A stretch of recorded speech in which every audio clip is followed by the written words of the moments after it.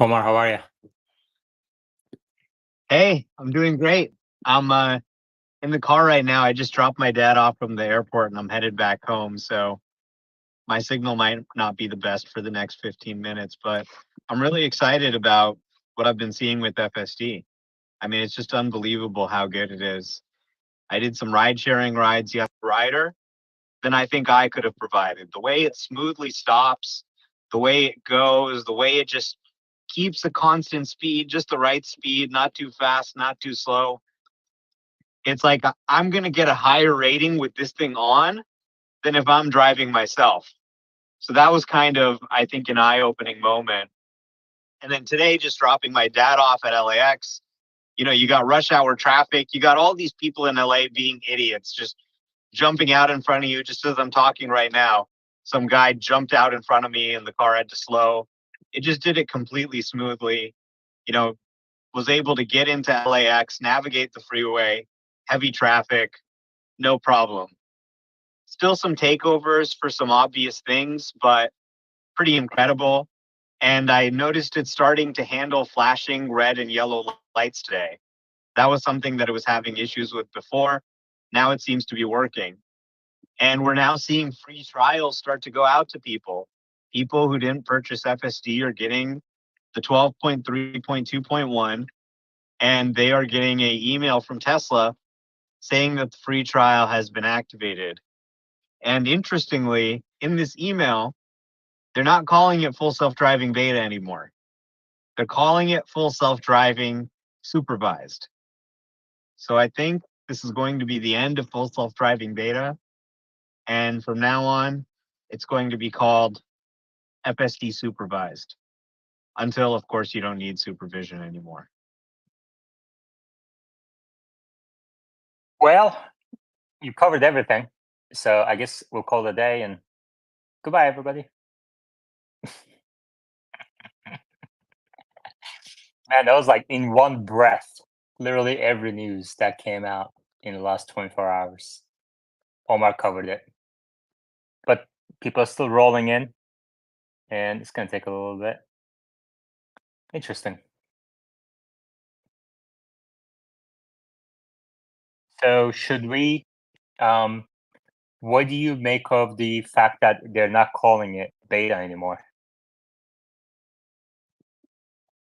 Well, Elon did say V12 wouldn't be beta, didn't he? I mean, I think beta made sense for V11 and below. Those were shitty. This is now getting to the place where it's a polished product. So it's no longer a beta anymore. But you do still have to supervise it. So that's why it's called FSD supervised.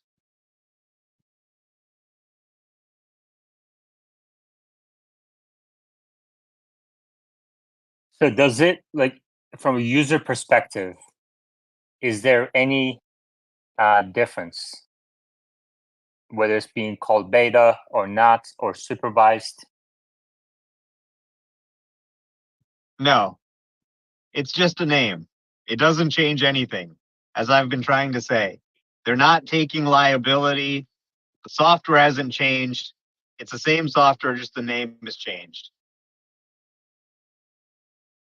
James Weber. Hey, yeah, thanks, Yaman. I was just going to share my experience with 12.3 on my Model Y 2023 from this summer.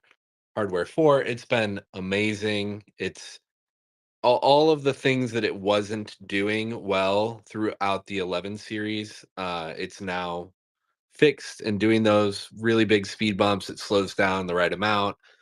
There's just a lot of wonky behavior that's now gone. It's driving like a human. I wanted to also just share my experience. My car's actually in the shop getting a few repairs, and they loaned me out a newer Model X. And so, of course, on the way home, I activate full self driving, and it's driving horribly. And I had heard some reports of X and S not driving well on 12.3, but I just looked it up, and it's actually on a branch of 11.9. So that must explain the poor performance. And it's very much a stark contrast going from 12.3 back to 11 point. I think this was 11.9 or something like that. But wanted to share that. And then the question I have for you guys to discuss is, with them rolling out this wide trial of FSD right before the quarter end, do we think that Tesla's finally going to recognize the deferred revenue for full self-driving? Well, at least in the regions, I guess, at least in the US, right? Yeah, I would think so. And I think it's quite a big sum at this point that's been deferred and not recognized on the balance sheet.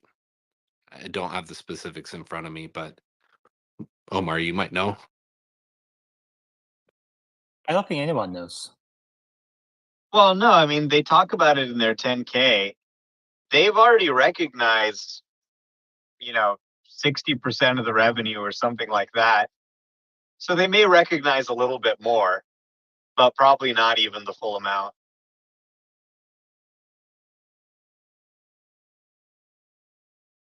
Yeah, in the regulatory filings, they kind of bulk it into a larger bucket with premium connectivity and other deferred revenue. So it's hard to say exactly how much it is, but one key take, I've been saying this for years that people get excited about this figure.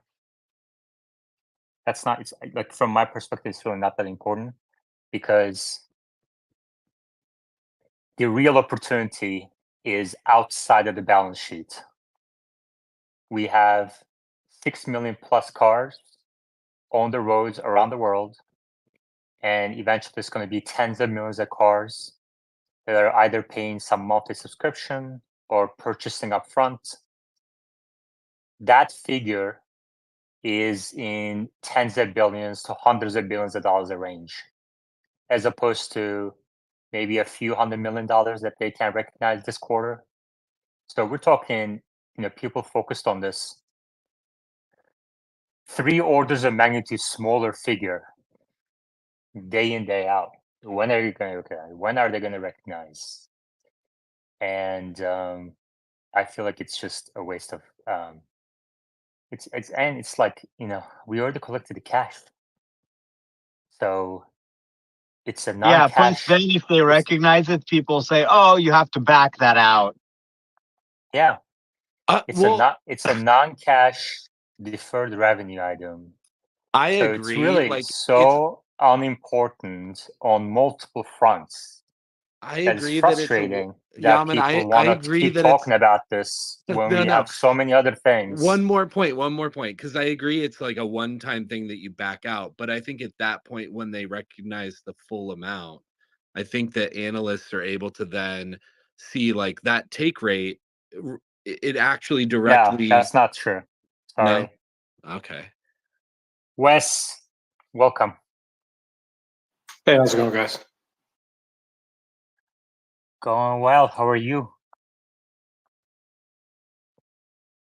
Doing well. Did a long FSD drive and it was perfect. So doing pretty Which good. version are you on? 12.3. Okay, so is About Tesla in here? Let's see. Oh, there he is. Yeah, he posted something earlier. Um,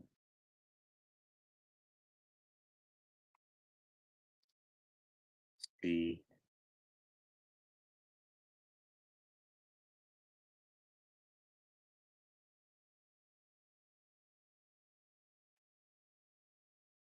There he is.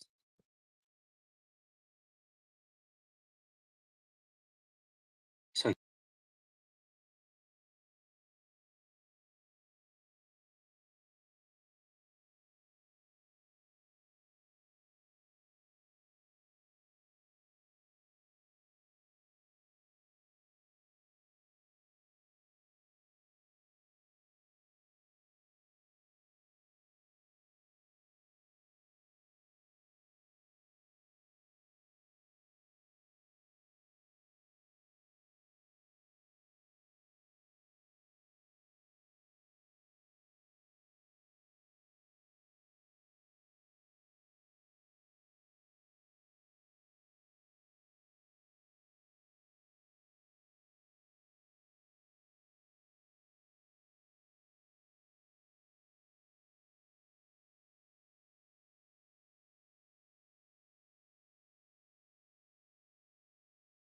so there will be some more.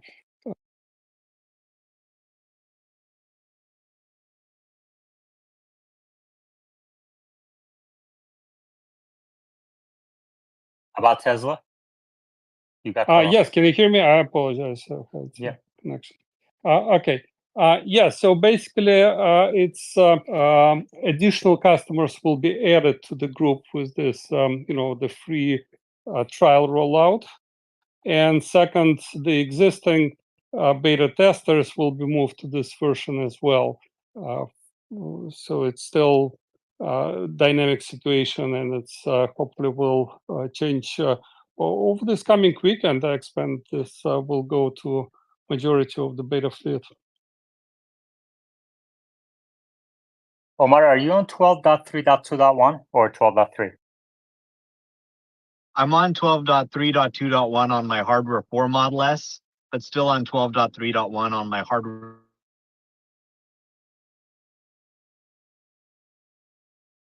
Yeah, Omar said that his connection was going to be on and off, so maybe in a few minutes he can For 3 join. Model But S. maybe, Wes, could you hear Omar the entire time, or did it cut off for you too? It cut off for me. Cutting off. Yeah. All right, he'll be back. Maybe in the meantime, let's go back to James Weber and kind of put this to bed while we have these, more than 100 people in here. This whole deferred revenue thing is so annoying. It just keeps coming up and up and up. James, so why don't you repeat what you were saying, and let's talk about it. I guess what I was going to say is that when they are able to fully recognize full self-driving, and I'm not saying that I agree with Omar that might not be yet. I think when they do, the reason that excites me is that analysts will be able to say, that's a new milestone, right? So Tesla now, for anyone that attaches FSD and 100% of the subscription now contributes to the bottom line in perpetuity. Like from here on out, it's contributing to the bottom line. It's not deferred. So yes, it's a one-time spike for whatever quarter they finally recognize the remaining bit. But I think that it excites me. Just analysts are going to build that actually into their model. Like Tesla has now delivered on the promise of full self-driving. All right, so you're making two assumptions. One, you're saying that analysts don't already have it in their figures.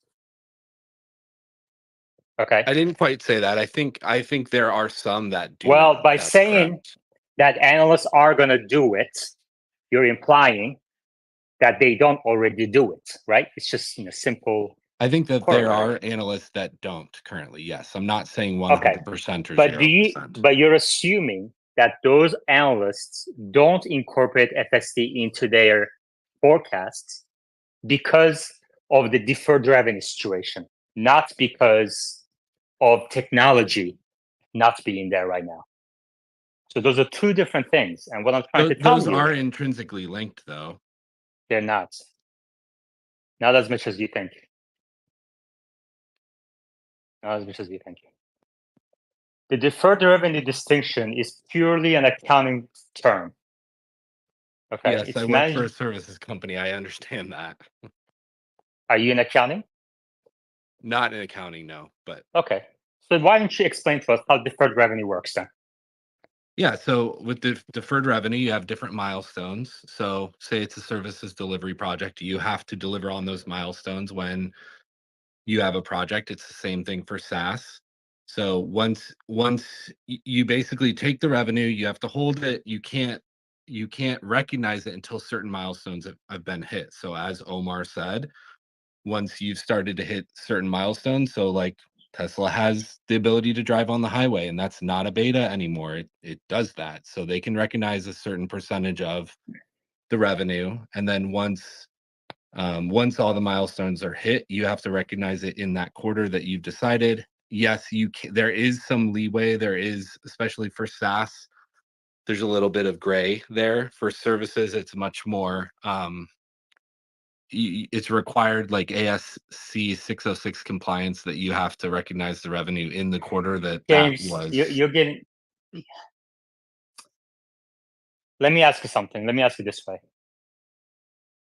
do you think it's the revenue or the cash flow that matters to the value of the company? I think the cash flow matters more. I think Okay. that, but I think hitting the milestone where you can recognize that Hold on. cash. So it's cash flow. No, cash flows are recognized anyway. Okay, so that's what I'm trying to tell you. The cash inflow shows up on the cash flow statement anyway. Okay, has nothing to do with the deferred revenue distinction. Deferred revenue is an income statement item. It's a non-cash item.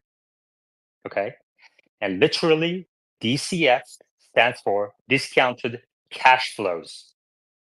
Okay, there's no such thing as discounted recognized revenue model.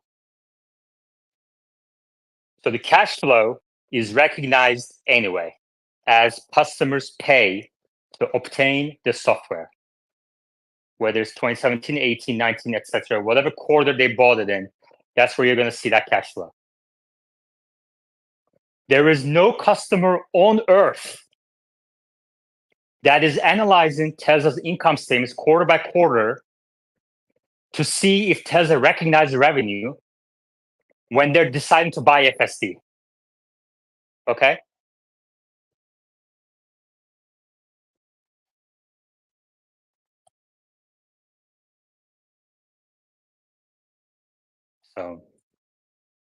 So I guess what calculations, if at all, does that affect?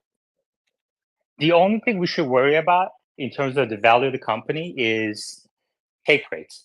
How good is the software? How many people are choosing to subscribe to it, buy it, use it, etc.? I agree. I mean, I The think those are deferred wholly more revenue important. distinction, Yep. the deferred revenue distinction topic is purely an accounting office topic. Has nothing to do with the value of the company. So that doesn't play into like EBIT. It doesn't play into that at all. It does, but again, Exactly. EBITDA, there's no discounted EBITDA flows. It's discounted cash flows. Got it. All right? Yep. Cash is king. I agree. Take rate's way more important than this topic.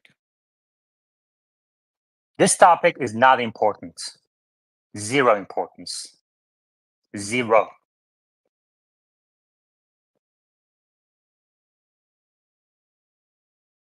Grant? Yeah, I was just going to chime in as a finance person. I mean, deferred revenue and the associated revenue recognition does drive EPS, which does matter. Say it again.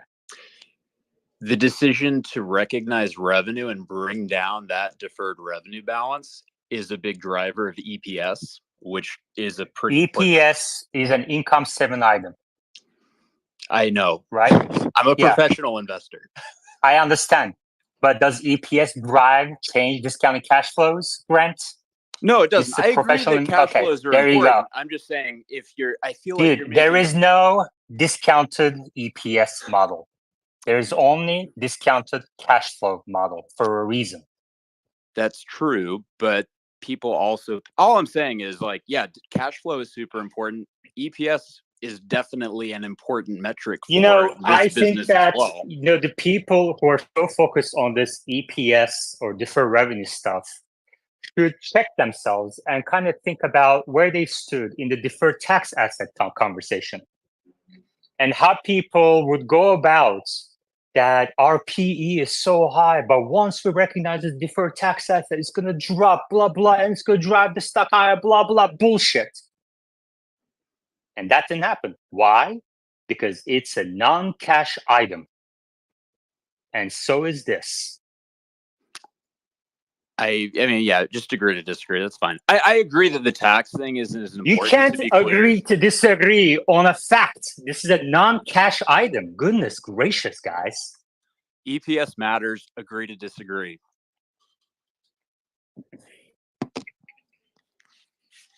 EPS matters only to the extent that it allows forecasting future cash flows.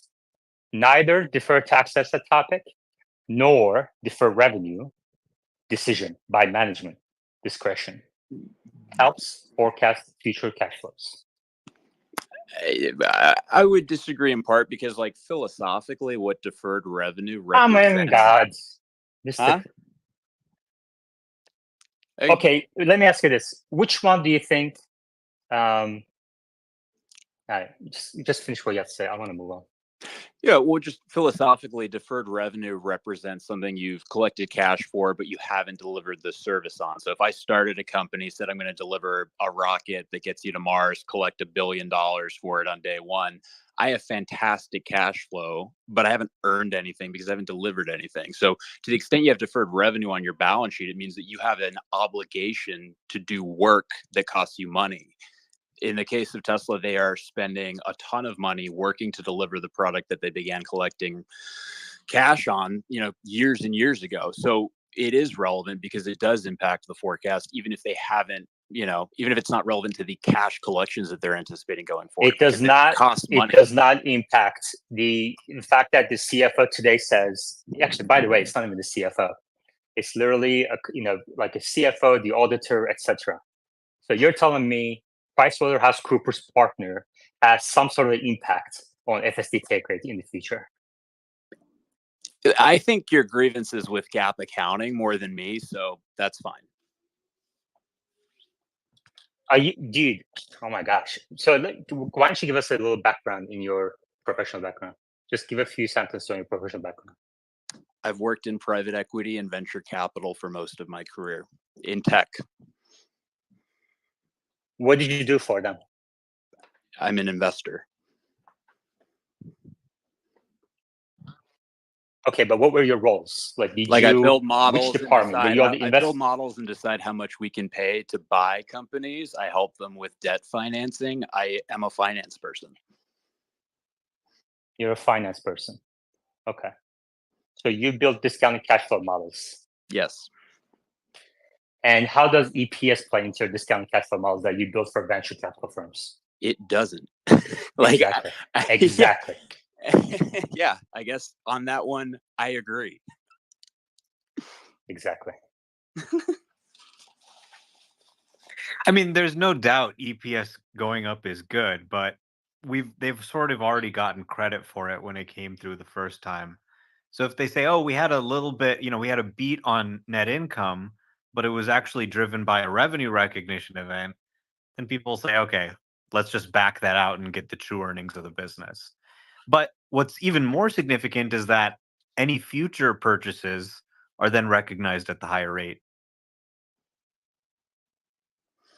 Yeah, I mean, like, deferred revenue is a liability conceptually because you've collected revenue for something that you need to deliver. So, I mean, I don't know. I don't want to get in. I know this is probably boring accounting stuff, but I think there's a philosophical disagreement here, and that's fine.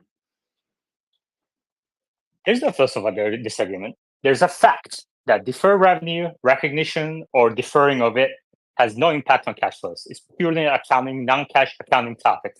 Has no impact on discounted cash flows nor the intrinsic value of the company. What to the extent that it ties to where the technology stands is important, but those are separate topics. The only thing that links those two is the auditor's discretion.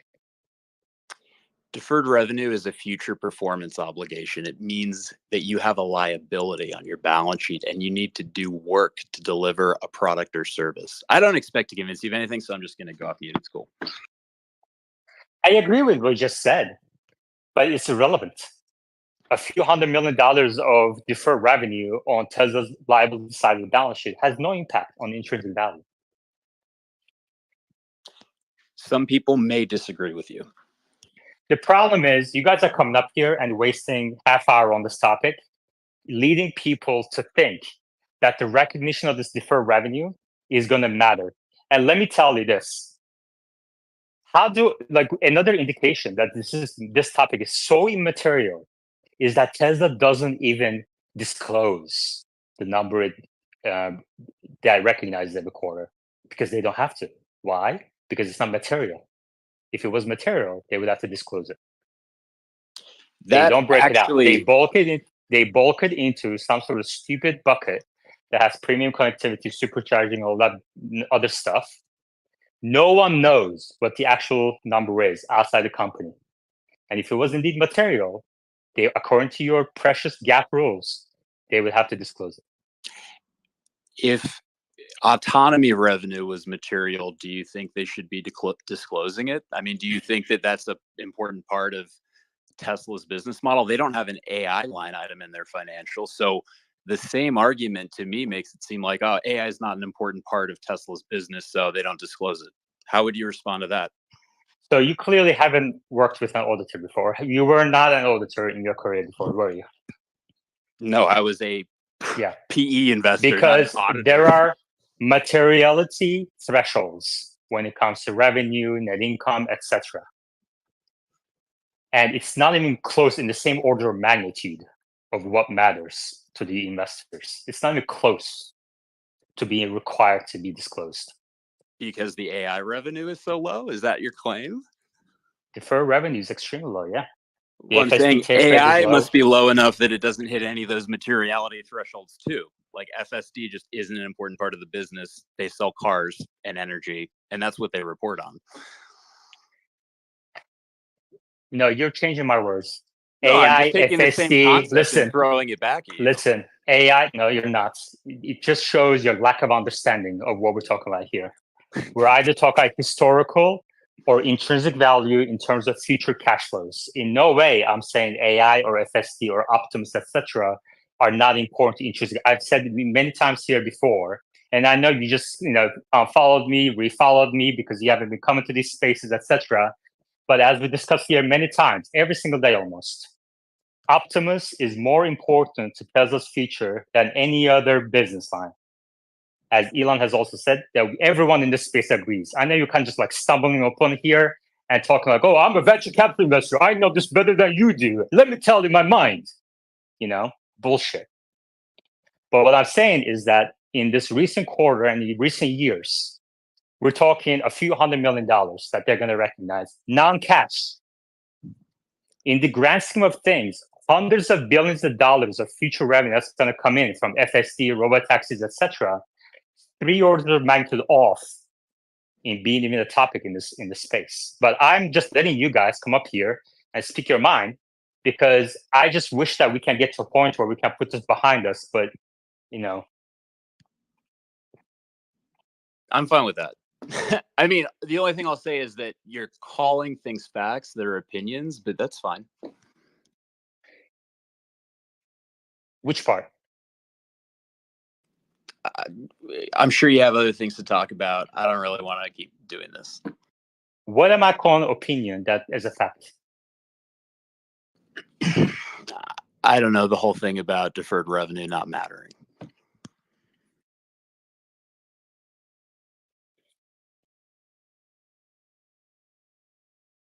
So what do you expect from the Q1 earnings results? Like when they announce their income statement for Q1 and balance sheet, what do you expect to see?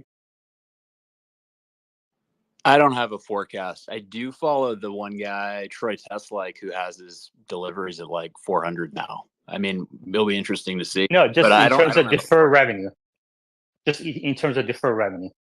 I don't know. I literally don't even know what it is today. I'm just talking a little more conceptually. You spend every day here. I don't spend quite as much time following the financials of Tesla. Yeah. Okay. James, do you have an answer to that? Like, what do you expect? Like, why you were the who want to come up and ask about this question first. Why is this topic so important to you? What do you expect to see in the income statement? Well, I think I was more saying, when they recognize it, do we think that will have an impact? My gut would say that there'd be some analysts will increase the price targets, and maybe they start to call out specifically the take rate and the amount for full self-driving if they've delivered on it and they can actually report out on it. So I think that would be cool. I'm not saying that it's going to shoot up the stock price. If you're implying I said that, it's not. Do you think it will have any impact on the stock price? I think it could, just because of, hey, there's more info, and there's that reality that they are saying, Tesla is now saying they delivered on the features they needed to deliver on. That's a bullish sentiment, in my opinion. Like, they Well, I can don't know if that's actually, I don't know if that's what they said. First of all, right? Like, are you basing that just the fact that they're not the word beta doesn't show up on that email? no, I think it's just the fact that, I mean, maybe, I mean, that's happened Like, in this if you're a quarter. person who paid $15,000 for FSD in 2020, 2021, Yeah. are you satisfied with what you have? I paid 7,000 and transferred it. I'm very happy with what I got. I think it's only going to get better. And I think one day there'll be a Robotaxi, but that's not been Tesla's official positioning. That's been Elon saying he thinks one day it could be. But in terms of driving Yeah. around the Okay. Let city, me ask it does Omar, suck. because actually Omar actually had some accounting experience. So, Omar, would you recognize 100% of this deferred revenue today in Q1? No, of course not. I mean, Yeah.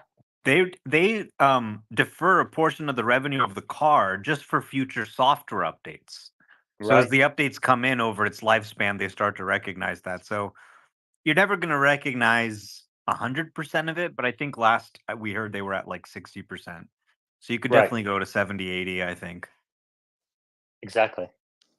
I just want to respond to that.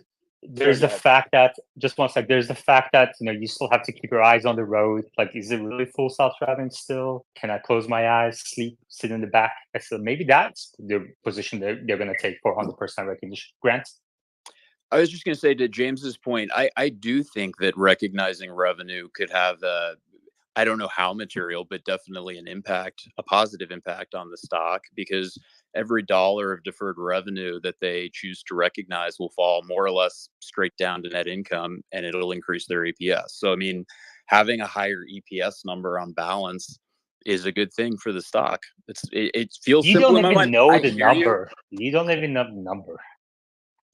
I don't need a number to make that relatively basic statement that higher EPS benefits the stock.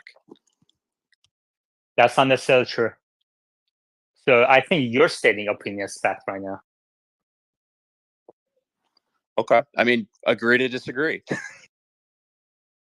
You think all higher EPS figures are better than lower EPS figures for the stock? Is that what you're telling me?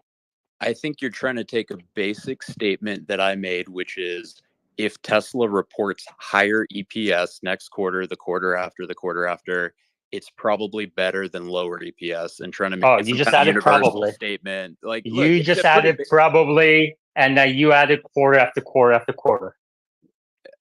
This is so nitty. I'm just not really interested in talking about it. Oh, Higher okay. EPS is good, but Okay. Okay. do you actually want to go and talk about this? I mean, what's your I'll be going. Where are you? Where are you? You're a no-show. What? BS.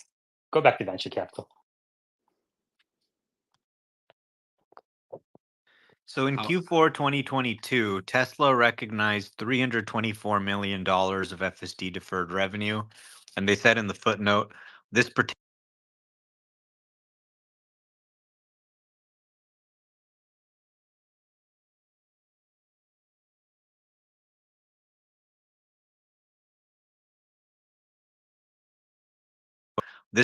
to the wide release of FSD beta in the US and Canada during the period. Additionally, we expect to recognize nearly $1 billion of deferred revenue that remains for such customers as software updates are delivered over time. So I actually remember, it's kind of interesting.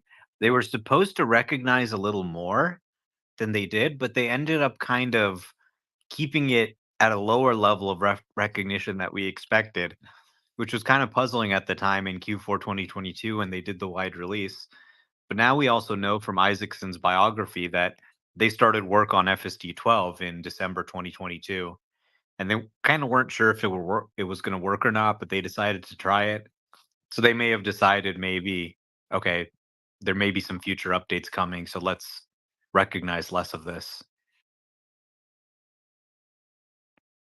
Macro analyst is back. All right. Any other questions? James? Grant? How about that FSD 12.3? 3, 2, 1. Yeah. Yeah. About as it was earlier here. I mean, most of the fleet is still 12.3. About as said that he expects it to roll out throughout the weekend.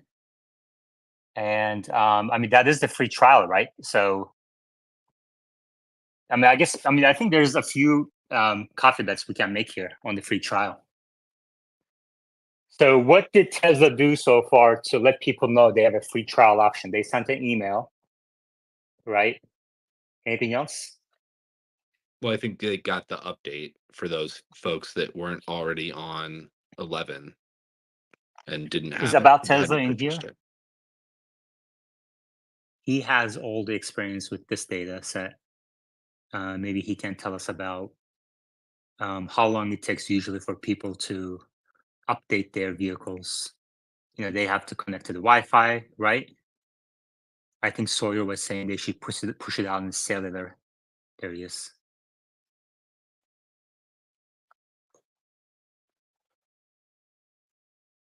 Omar, what do you think? Let's say, so the other thing that kind of surprised me is I think the last time Tesla offered a FSD trial, wasn't it kind of from when you start, 90 days from when you start? But this time it's just April, right? Yeah, this is a 1 month trial. It's actually a little longer than a month if you get it right now, so it's until the end of April. Yeah, I think it Yeah. expires April 30th. Yeah. So what do you think is going to be the number of people by April 30th on the software?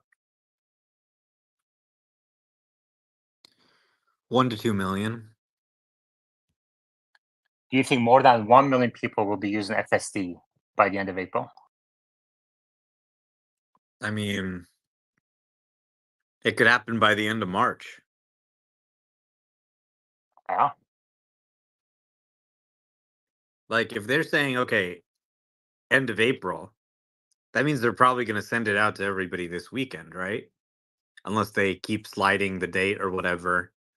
We'll see, but that was my presumption was, okay, they're probably just going to send it to everybody. They could do a rolling thing over a couple weeks. And there are some cars that are on 2024.8, so they would need a softer release. But generally, I expect them to start rolling it out to pretty much any car that can run it. So that includes new cars, service loaners, existing cars that have hardware 3 or 4 that qualify for the free trial, existing subscribers. I think pretty much everybody is going to get FSD 12, even Canadians. This is the big FSD weekend, guys. It's going to happen. And a lot of people are going to see this for the first time. And I think they're going to be kind of blown away. Is 12.3.2.1 much better than 12.3? Well, I actually haven't driven it yet because my car's in San Francisco and I'm here in LA, but I'm going back on Sunday. So I'll be able to try the new auto park and the other functionality there. My guess would be that the driving is probably mostly the same, although maybe there's some improvements, I don't know. But it includes the new vision-based auto park feature. So for cars without ultrasonic sensors, they'll be able to try that new end-to-end auto park, which people who have it say is amazing. Sadly, if you have a car with ultrasonics like the Model S we have down here, they're not currently getting the new vision-based auto park, which is a little puzzling, right? They have cameras, obviously. They can do vision-based auto park, even though they have ultrasonics. But I think they're kind of making it a vision-only card exclusive to kind of reinforce this idea that the new vision-only cars are better and they have all this new cool stuff that the older ultrasonic cars don't have yet.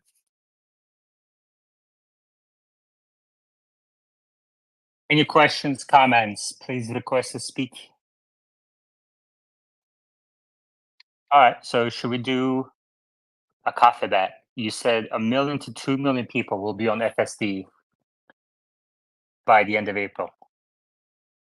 Okay, how about Yeah, are we once the talking free like trial, are we once the talking free like once the trial, free trial's over? right, over, exactly. How many people will convert? Oh, okay. Well, if we're talking about after the free trial's over, I thought we were talking about during the free trial period. During the free trial period, I think it'll definitely exceed 1 million. I don't think too many people would argue with that, unless we just had mass refusal to install or like mass ignorance of it. But I don't think that's going to happen.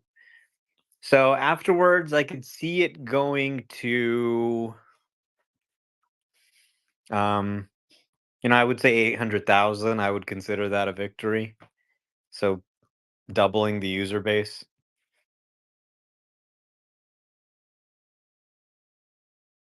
James, For a coffee bet or just a comment? either one.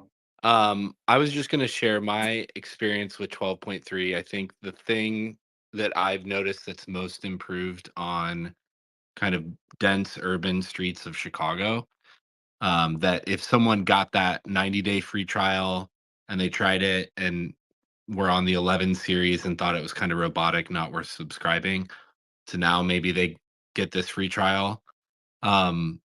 The big difference for me is in Chicago, when you've got like an unprotected left turn, there's always so there'll be a car trying to turn left. They've got to wait for traffic to clear. So there's a non-marked lane to the right that people use for turning, but also to pass around the car. FSD almost never ever would actually go around the car trying to turn left. So if you left FSD engaged, you would just have to sit there, wait for the car to get their left turn done right as the light turns red. And then you'd be sitting there waiting for a full light cycle. Now, every single time, it effortlessly kind of pulls over into that implied right lane, passes around the vehicle. It also does really amazingly well with unprotected left turns. It was doing that fine on the 11 series, but now it'll get to a point where you're trying to turn left, you're in the intersection, the car in front of you is also, the light turns yellow. They clear the intersection, but then get stuck because of traffic buildup on the street they're turning into, and your car won't just stay in the intersection, it will actually pull to the right of that vehicle to clear the intersection. So that's exactly how you would do it as a human on busy streets. And I can keep it fully engaged on really complex drives, no problem. Those are definitely the two biggest changes I've noticed that make a big impact from 11. It just doesn't feel robotic anymore. It really feels like a non-aggressive but good Uber driver is driving the car. And then just for reference, the settings I have it on are um, the aggressive mode. I'm blanking on the name of that right now. Assertive mode, and then I have the auto set speed beta turned on, and it's driving exactly like I would drive. It's pretty wonderful. All right. What do you think of Omar's numbers? More than 1 million people throughout April, not throughout, but sometime in April, more than 1 million people will try it. And now we're going to end up with 800,000 paying customers once the trial is over. We're talking about new customers, is that right? Or total? No, total. Right, Omar? Yeah, I think it could be during the month of April, between now and the end of April. I think it could be close to 2 million. I think it could be like 1.8 million people are using it. And I think 50% conversion is too aggressive. I think maybe a 35 to 40% is realistic. And I think then trailing off like 1, 2, 3 more months with additional updates coming out every 2 weeks, I think you convert a significant number of those. So maybe scaling up to 45% over 3 months.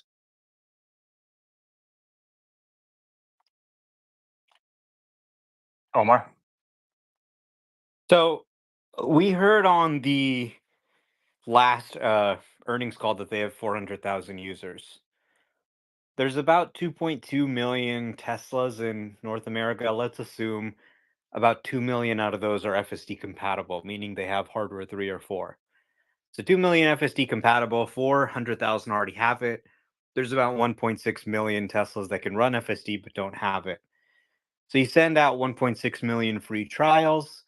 In order to double to 800,000, you only need 25% of the free trials to convert, which it's a strong number, right? It wouldn't be inconceivable that it could be, 10% or something like that for something this expensive, but it's not a crazy number. I think 25% is attainable given the show they're about to put on for everybody. Like, okay, they send people FSD 12, they go, wow, holy shit. And then they send them the new vision based auto park. They're like, holy fuck. Then 2 weeks later, they send them 12.4 with actually smart summon, and they feel what it's like to keep getting more FSD updates that add these huge features. And they're like, wow, holy shit, this is great. I do not want to cancel this. Okay, maybe I'll just subscribe for one more month for $200. Then I'll cancel it after that. Then, next thing you know, they're subscribed and they end up buying it on their next car and rolling it into the car loan so they don't have to pay. So, it's not out of the realm of possibility that 50% could sign up and we could get, 700,000 additional users and it could go over 1 million. The FSD miles tracker I have, which is a sort of linear extrapolation, but you haven't seen it beat that linear extrapolation by much. So that shows that the rate at which miles are being added is not growing, which means most FSD users were not using FSD. And like you hear Sawyer say, oh yeah, my friend has FSD, but they don't even use it. They're afraid or whatever. So it could be potentially interesting with all these users. I expected it to take 50 days to go from 900 million to 1 billion miles. But if you multiply the user base 5x, instead of 50 days, it could actually happen in 10 days. So literally before the earnings call, they could potentially cross 1 billion miles. So if you have, those new users combined with the existing users also using it more because they're trying the new version, it's a possibility that they could announce 1 billion FSD miles on the earnings call. If not, it'll happen for sure in Q2. I created a poll in YouTube Live. How many paying FSD users will Tesla have after 1 month free trial ends? Jonathan. Yeah, just a quick question, Omar. So my experience so far with FSD 12.3 has been mind-blowing, right? Like most people would agree with that, especially if you're coming from 11.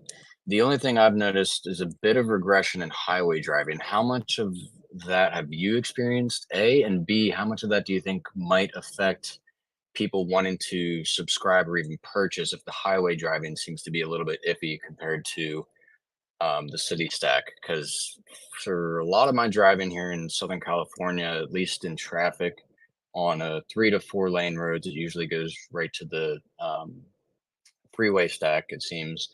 And a lot of the tendencies of that are very 11 like. So I'm wondering how much of that might turn away people from subscribing.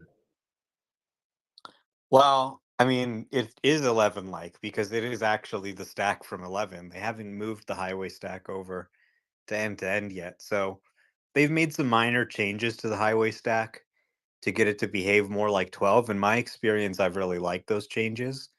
But other people in different parts of the country have said that it's been causing issues for them. But this is basically 11. So they'll fix it the same way they did with other updates to 11. But the big solution is really going to be to go to an end-to-end model for the highway as well. But that's not ready yet. So I don't foresee it really being much of an issue. There may be some hiccups related to the changes they made to the highway stack, which are still using the old process. But I expect those to get smoothed out like any other release. And really, it shouldn't be that much different than what they're experiencing with 11. So, I mean, it's funny how many times I hear, oh, I love 12, but it missed a highway exit, or it did this on the highway, or I had this problem on the highway. And I'm like, yeah, so that's 11. So people are basically saying, yeah, I love 12, but the one part that's still the old stack is actually where I'm having problems. So, yeah, I don't think I would hold off on upgrading because of any changes to the highway stack. I actually like the new lane changes and everything on the highway, but there is going to be one of the point updates to 12 that goes end to end on the highway. And then we're going to see a huge leap in highway performance, just like we saw on city streets. Yeah, I mean, highway driving in theory is extremely simple, right? The main thing right now for me, I experience is just the speed set, which again is a pretty simple thing once you go end to end. So ultimately, once they roll that out, maybe in 12.4 or beyond that, I think it would be just about flawless. I just worry that it So might you're turn people away. seeing issues with the speed limit sign or something? Or what kind of issues are you Mostly seeing? for freeway driving, at least here in Southern California. I know you're San Francisco. Correct me No, if I'm I'm in wrong, Southern but California right now. oh, you are? I grew Okay, up in so Southern California. I mean, I've been using it on my car and it's been doing pretty great. So are you saying like it's slowing down? It's reading the yeah, for wrong some speed reason, limit for sign? mine, it reads a lot of wrong speed limit signs, and Yeah. usually it's. I mean, overpasses we've seen in older versions that do that, or even stop signs early on, it would do that a lot worse. Really, not much with work zones. I've been very impressed with that, but usually, actually 11.3, I had a great experience with the traffic flow speed offset. It would try and stay with traffic. Um, but that's kind of regressed on the newer 11 stacks, it seems. So, I mean, it'll be like a 65 zone typically down here, and the car will be going like 55, and the speed limit signs. I think it really has to do with the trailer signs, and it says 55. I would have assumed that that's an old problem. Um, it Yeah. could be a hardware thing, but I'm on hardware 3. It's Yeah. 2022, but I I've mean, just noticed that a lot here. yeah, so one thing you can do is go into the autopilot settings and just pick a speed offset that's high enough that even when it reads those lower speed limit signs, it's still going to pick a higher speed. So maybe tell it to go 10% over on the highways and stuff. And if you use automatic set speed on the city streets, and then you set that offset for the highway, then you can get it to kind of default to a safe level. Then, of course, you have the right scroll wheel on your steering wheel, which you can use to adjust the speed up or down. So if it goes to 55, you can just scroll it up a couple times and raise it to whatever speed you want. So you need to kind Yeah, of I mean, be for me, ready to for the raise it really offset, quickly. I've Yeah. had no problem setting all that. It's just I'm worried for new users, obviously. That I mean, I have people here in my work within the DoD that use it and don't use it or scared to use it because the speed's wrong. And I was like, oh, you do this, but for a lot of older people, especially that might have the feature, they have no idea how to do that stuff very intuitively. So I guess the key is to make it intuitive, which is the auto speed offset, right? So that should be Yeah. Yeah, fixed with the the later auto stack. speed offset will be better, no doubt. And just to comment on that, because I use that setting and it does on city streets, it stays the auto max. When you go onto the highway back to the 11 stack, it's just the regular, it'll show you your offset speed and then you just use the scroll wheel to adjust. But to your point, Jonathan, I have noticed a little bit of regression on that. There's one highway when I go to the northern suburbs, the speed limit's 55, and it'll see the sign for Highway Illinois 41 and it will change my speed to 40. So I do think that there's a little something that changed. I haven't been having like huge problems with it, but just occasionally it seems to get a wrong speed limit and it's easy to bump it up. Yeah, I guess just the main point. I mean, obviously, it's going to be fixed, no problem in the future going end to end. But for this initial FSD trial, I'm assuming they'll have a few others down the road. I'm just worried it might turn away a few or a lot of people from it because a good bit of driving is freeway, obviously. But I still think For it'll at me, the least highway double. is pretty amazing. It's honestly better than the city streets. Like I can drive for hours on the highway without touching anything. So, I mean, everybody's experience is different. Sometimes, depending on where you're driving, you've got that one freeway with, a bunch of signs that confuse it, and it's just a total headache. But for somebody else, it isn't really as much of a problem. So, I think it'll be okay. It's not really a huge change from the other stack, so it should be pretty much like what people are used to with autopilot in the highway in the past. Can I ask a good question on YouTube Live? At the end of the free trial, so back to our free trial, the number of users conversation, does the customer have to affirmatively cancel or does the billing automatically continue? I would assume it's opt-in since they didn't ask. It would be kind of scammy Oh, if they yeah. just kept charging your card afterwards. Yeah, that makes sense. Jonathan, what do you think? How many people do you think, how many FSD users do you think by the end of the free trial? So in May, basically. Well, assuming that the free trial will be rolled out to everyone within the next week, I would honestly say at least double the rate right now. But you Now, agree with Omar because Omar said definitely, 800,000. I think the rate is about 400,000. yeah, I definitely think it'll double. The difference will be: do we think it'll be subscription based or purchase? Because that would be a It's gonna be huge it's gonna be difference. mostly subscriptions. Yeah, that's my Unless they assumption say as like well. after the free trial, you have one time offer of $8,000, something along those lines. It's gonna be mostly subscriptions. Omar? Yeah. Hey, Ian, can I jump in for 1 sec? Yeah, no, Omar and then Greg. So I just wanted to make a couple comments. So first of all, I've been driving here with Hardware 3 on my dad's Model S, and it's driving just as well as my Hardware 4 car, if not a little smoother. And I've been seeing that yesterday and today too. So I think it bodes very well for the performance of Hardware 3 and it being able to reach Robotaxi. And I think what it means also is that we haven't really seen the true capability of Hardware 4 at all in terms of like training a more powerful, larger model that uses up more of the resources. I think we haven't really seen them flex that muscle yet because they want to start with something that works on both Hardware 3 and Hardware 4 really well. So I think as we, see Hardware 4's true capabilities, it's going to be even more amazing. But Hardware 3 is looking pretty good. And I think anyone who has a Hardware 3 car should feel good about it and doesn't necessarily need to feel a huge rush to upgrade. The second point I want to make is, people use the term take rate a lot, but it's kind of a little bit confusing because almost nobody just purchases it with their car anymore. Most people are probably doing subscription or getting a referral thing or something like that. So I think the best metric to use is really just the number of users. Or if you want to put it in a percentage, you can talk about like the fleet penetration or number of users divided by the size of the fleet. So that's what I think is really the preferred metric to look at is the number of users. And whether they really subscribe or buy doesn't really make that much of a difference. 12,000 you're paying up front. If it's 200 over 5 years, you're paying 12,000 too. So it's kind of the same thing either way. On subscription, you could make a little more, but you don't get it up front. So it's really just about the number of users, and how they chose to purchase it is kind of the same amount of cash flow at the end of the day over the life of the car. All right. Greg. Yeah, I think one thing that we need to all factor in is that the Cybertruck ramp is going really well. So if we get 70 to 80,000 Cybertrucks, that's 100% take rate of FSD.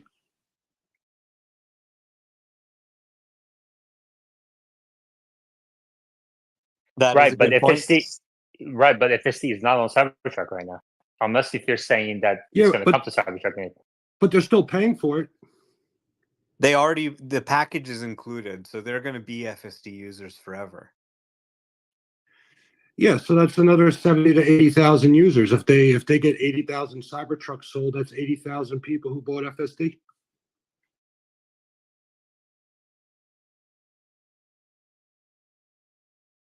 True. And Kim Kardashian's one of them. Greg, how many people do you think will be using FSD in May?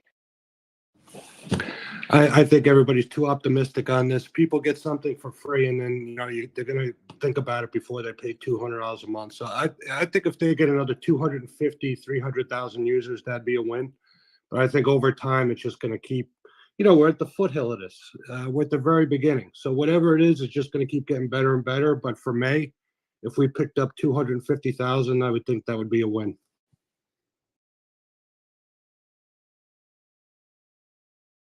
Yeah.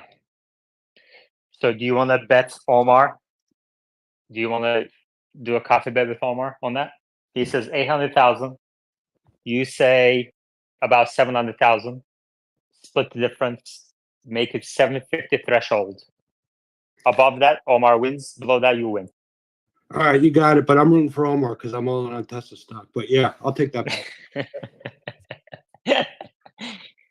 That's cool. So he's basically saying we're going to see a 15% conversion rate and I'm saying we're going to see maybe a 25% conversion rate.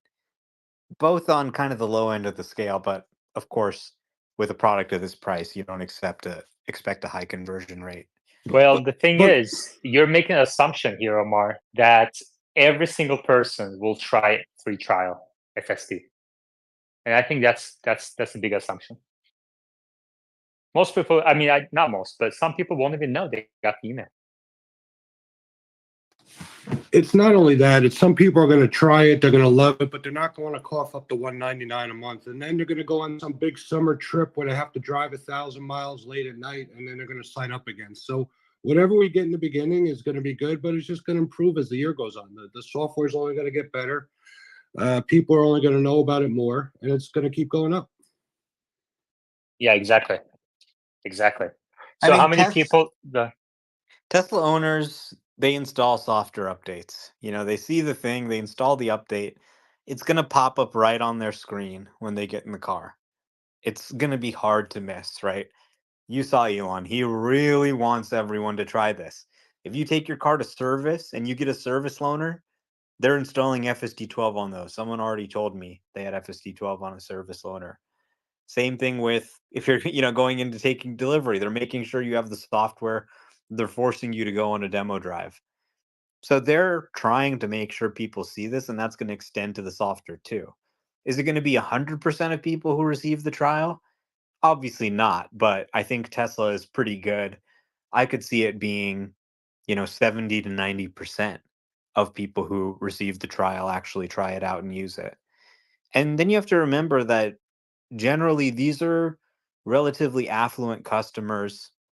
If you've been able to afford a Tesla historically, some of their oldest customers especially, they have a lot of money. Some of them invested in Tesla stock, they're Teslainaires. Some of these people are just wasting money on all kinds of things. $200 to make their car that probably has a $600 $800 a month car payment self-driving is not a huge thing for some of these historical Tesla buyers. So I think you could see a higher uptake than you would think given the price point, just because the customer base is shown a tendency to buy these sorts of things in the past.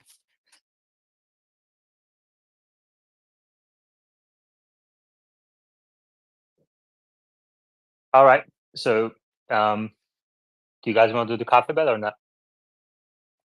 I mean, I Sure. guess like how are we gonna know, right? In May, are they gonna announce it in May? Probably not.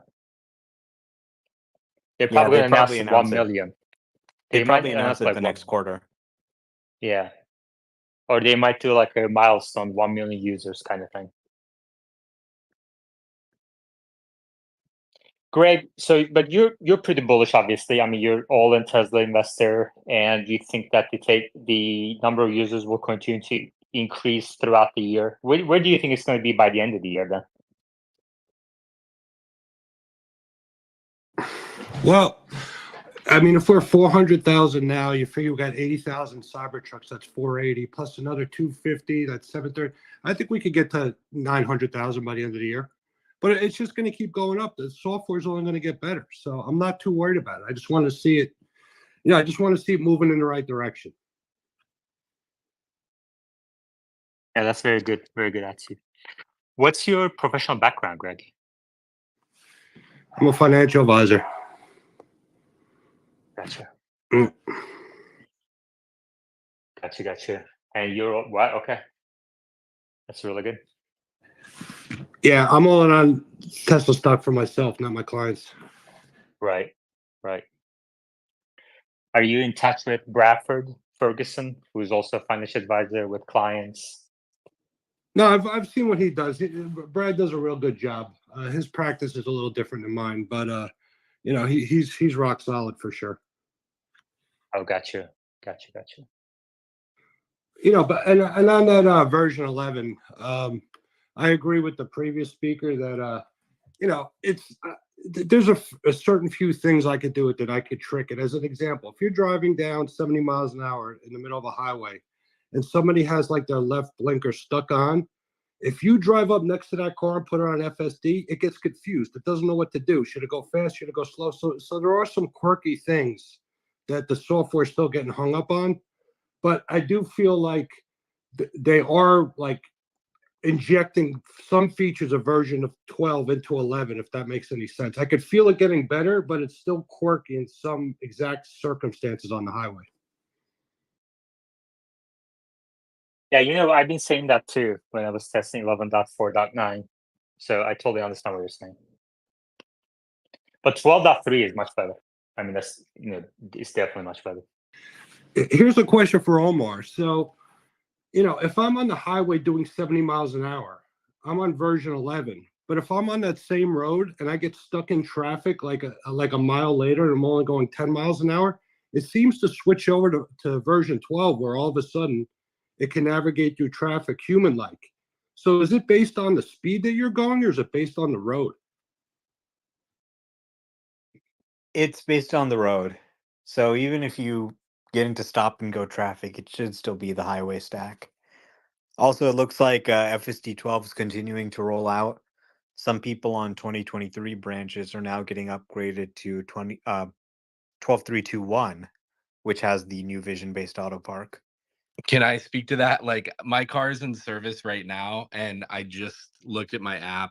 They finished up the service, and it just finished in downloading the 12.3 .1, 12.3.2.1 FSD. So that's version 2024.3.6. So yeah, it seems like it's definitely rolling out.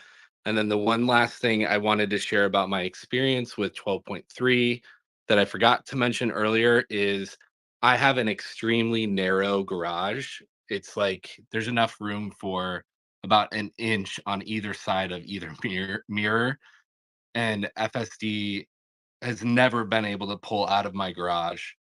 And now it will pull out like in a ridiculous fashion and not scrape the side. Like, I have full confidence it can get me out of my very narrow driveway, which excites me because if ever it needs to be able to really be a Robotaxi, it needs to be able to go in and out of tight garages like that. So definitely wanted to share that. I don't think I've seen anyone mention that one specifically yet.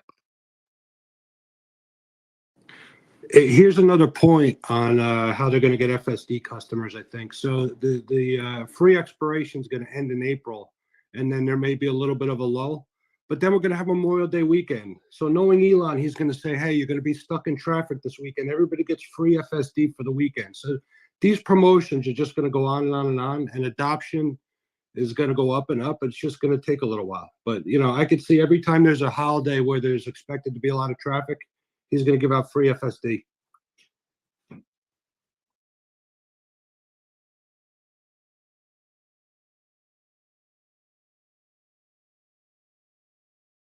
Any other questions, comments? Please request to speak.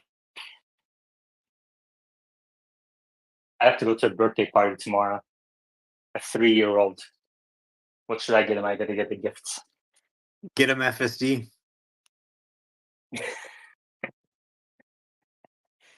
This will be there by the time you grow up, buddy. It's so funny. I might get like a small car toy, a toy car.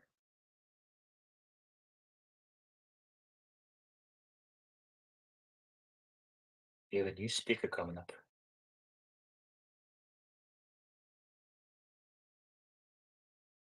Tesla stand. Hi. I have a 2018 Model 3 with ultrasonic sensors. Is it like is there a reason why they're just waiting to give it to these to this model, like the ultrasonic sensor, like the 3D park assist? I'm guessing like the auto park feature depends on the 3D, right? Like, do you know There's no why? technical reason for withholding it from cars with ultrasonic sensors. They just felt like giving it to the vision-only cars first to make them feel a little special. And they're going to roll it out to the ultrasonic cars too. I see. Thank you. Probably because all the ultrasonic folk just boasted about how good their cars are versus the new Teslas for a year. And now Tesla wants to pay some love to the other side. I'm just guessing. Probably not even, but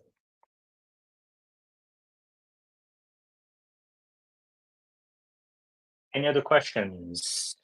Tesla Stan, you're a new speaker, right? Yeah, no, I've been following you guys for a bit, but yeah, just basically got my Tesla in October. After going all in on the stock, so just been following you guys for a bit. Nice. All right. Amy just posted FSD 12 update going out. So throughout this weekend, a lot of people are going to get it, probably everybody. And then everyone will have their free trials this month in April. And then we'll see. This is the moment we've been waiting for. This is the Chat GPT moment. 1 million people downloading FSD. We only have 400,000 users, so we're talking multiples of the numbers of users we have. This is the biggest FSD weekend ever. We've never had this kind of rollout of FSD, and we've never had this kind of version that actually doesn't suck as much as the old versions, but still sucks compared to some of the next versions. So everybody for the next month is going to get to go on this journey with us. We're all going to get to experience Smart Summon together.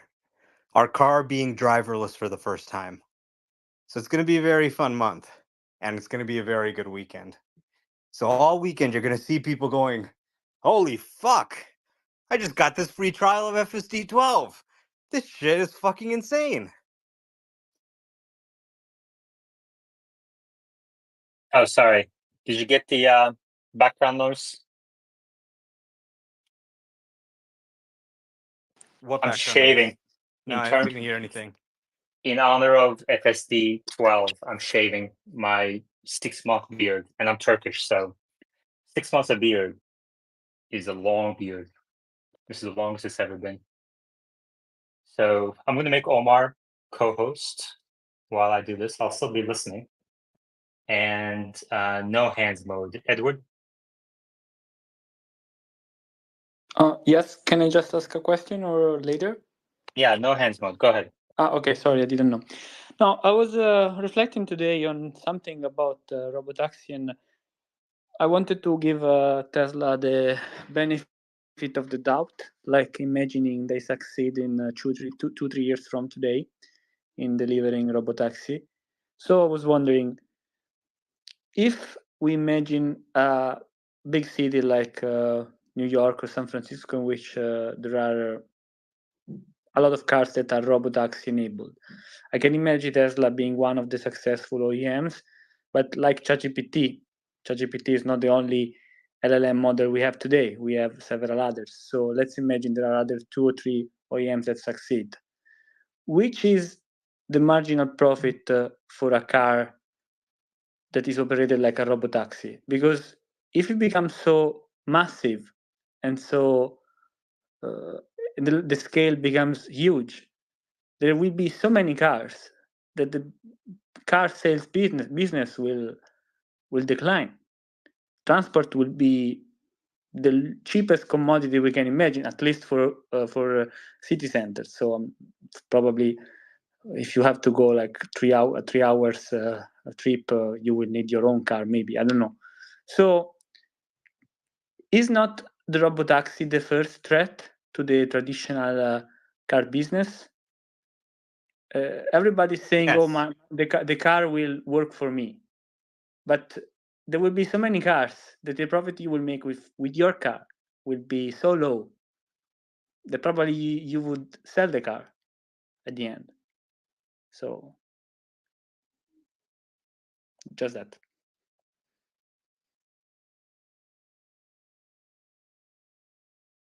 Yes, autonomous cars will destroy the car business as we know it, absolutely. And, you know, Of course, there will be probably several companies that can do autonomy in time. Others are still much further behind right now. But you're thinking of, so right now you can make a car for, let's say, $36,000 and sell it for $45,000. Now imagine you can take that same car, make it for $36,000, but instead of selling it for $40,000, it actually makes $400,000 over its lifetime. So same cost, much greater value. And what you would see is probably a expansion of the market. So looking at the size of the market today, I think isn't instructive to what it would look like in a world without labor or fuel costs involved. When transportation costs fall that much, you're going to see a massive increase in demand for transportation, both for people and for goods and for other things. So, Elon had a tweet yesterday. He said, tactics win battles, but, supply chain wins wars. And you just look at what Tesla's doing, right? To train these models, you need to collect data on a global scale. Tesla's out there shipping into every country. They're making cars in China, they're making cars in Europe, they're making cars in the US, they're pumping them out, they're collecting data, and they're doing it like clockwork, and they have customers that are happy.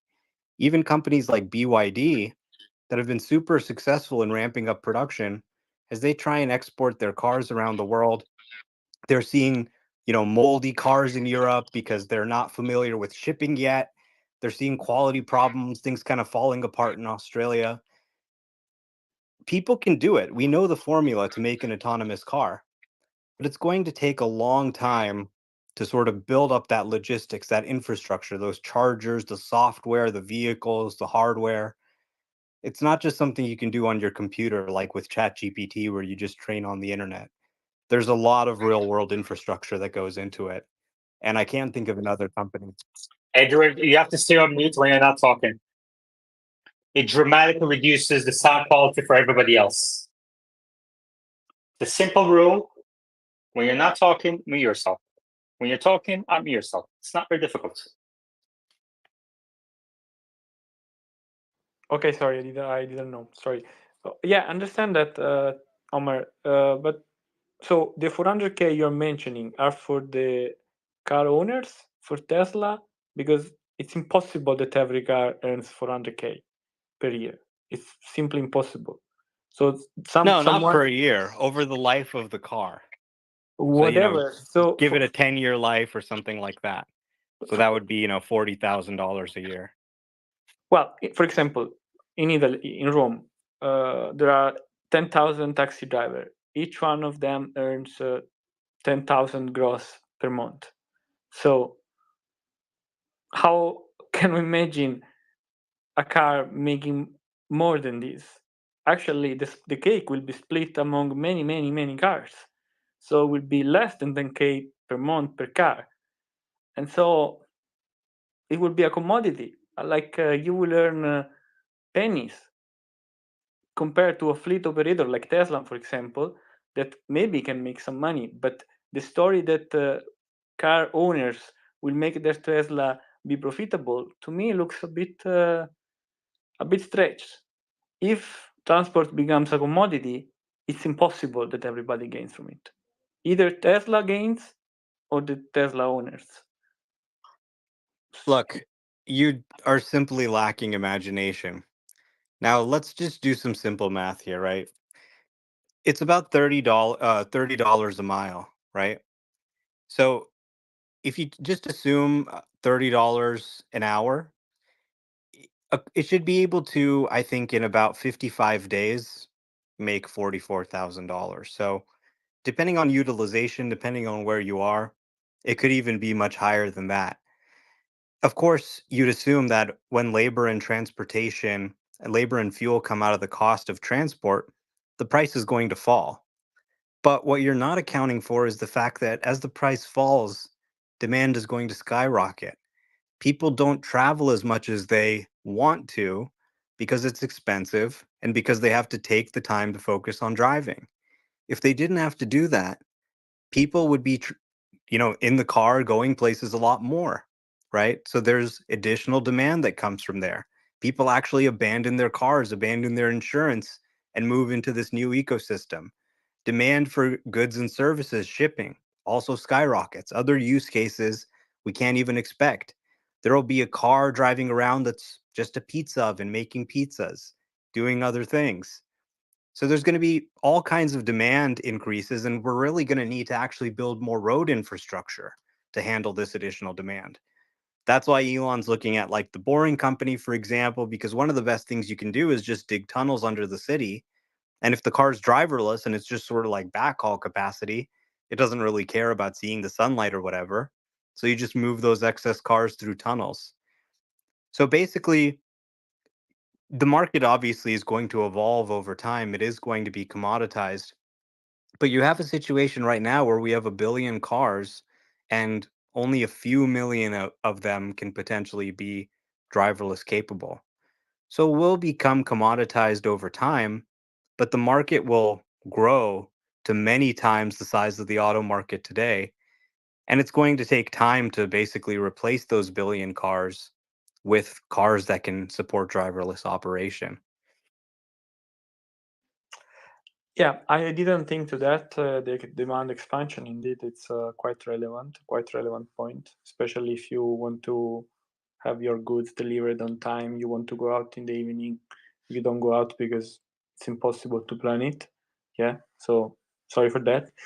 But so you are saying that when analysts, when I open my Bloomberg and I see analysts forecasting 3 million cars sold by Tesla in 1 year, 3 years from today, they should be wrong then, because nobody's going to buy these cars if you have in 3 years' time the Robotaxi ready. I would just rent any car at any time, being part of this increase of demand that you're saying. And so analysts should be completely wrong. And how can we imagine 3 million cars sold at 43,000 per year? It's a huge amount of money. So the revenue base of Tesla, I'm not sure can match in this world you are imagining the equivalent of 3 million cars sold at this price. So something has to change in how we are making the forecast. Well, but nobody's think saying that- anything about that. I think that actually demand for cars is going to increase. We'll actually need to produce more cars in order to replace all the cars with electric self-driving cars. But even though most people probably won't own a car, I think you'll be able to subscribe to a subscription service. The other day I tweeted, how much do you pay for your car insurance plus your car payment plus your fuel? That's essentially what people would pay for a Robotaxi. So a lot of people said, $500 a month. A lot of people said $1,000 a month. Some people said $1,500 a month. So I think there will be different subscription tiers. There'll probably be a free on-demand pay-as-you-go, but you'll probably just be able to buy one subscription that includes the insurance, includes the car, includes whatever. You can maybe change between cars and stuff. And you may even be, for a higher price subscription, you'll probably be able to keep the car at home, control when it goes out, control when it's shared, that type of thing. So you don't own the car, but it's really just a technicality. It feels like a car you own. You're subscribed to the service. You're using it. The fact that maybe somebody else owns the car or Tesla owns the car or something is really just a minor detail. So in this world, cars become much like assets. So ordinary people will be able to buy them, just like, for example, my parents, they're in construction. They like to buy a property, build a home there, rent it out, whatever. Just like ordinary people can have investment properties, that people will be able to have these cars as cash producing assets, given that they have costs and depreciation and all that. But it's a cash flow producing asset. They'll probably be even securitized. And not everybody's going to get into owning cars and maintaining cars and managing them, just like not everybody gets into real estate investments, but it'll be something that anybody can do if they want to get into that. I see. Yeah, it can make sense. It can make sense also in the light of Xiaomi being so keen in entering a totally different market. So when Apple was trying to enter into the car market, into the business of electric cars, I was thinking that maybe we could imagine them owning the platform with the advertisement, the App Store, entertainment for people on the car. Maybe it's what Xiaomi wants to do. So probably it makes sense with the announcement we just saw. I don't know what they're doing with the automatic driving. Probably they will give the can I say sublet, no, the word in English, sublet the business to someone else, like they're doing with the manufacturing of the electric car. But so Tesla should be aware that that companies, powerful companies like Xiaomi, will want to have a cake of this. So they're I mean, selling. everybody wants a piece of this, no doubt. But I mean, here's the thing that we really all need to understand. This is a major shift in economic history. We're looking at the rise of robots. Okay, so that's really what's going on here. Intelligent robots.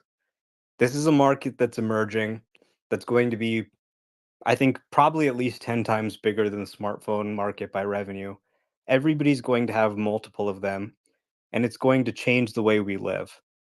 So today we go drive to the store to get something.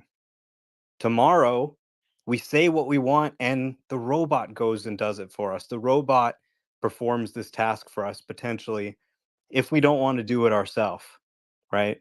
So the whole paradigm of transportation is changing, and a lot of people get confused because Tesla started as a car company. But, you think about like Apple, for example, when they came into the phone market, imagine if you tried to analyze this business by saying, okay, what are long distance rates and how much is AT&T charging for their landline service?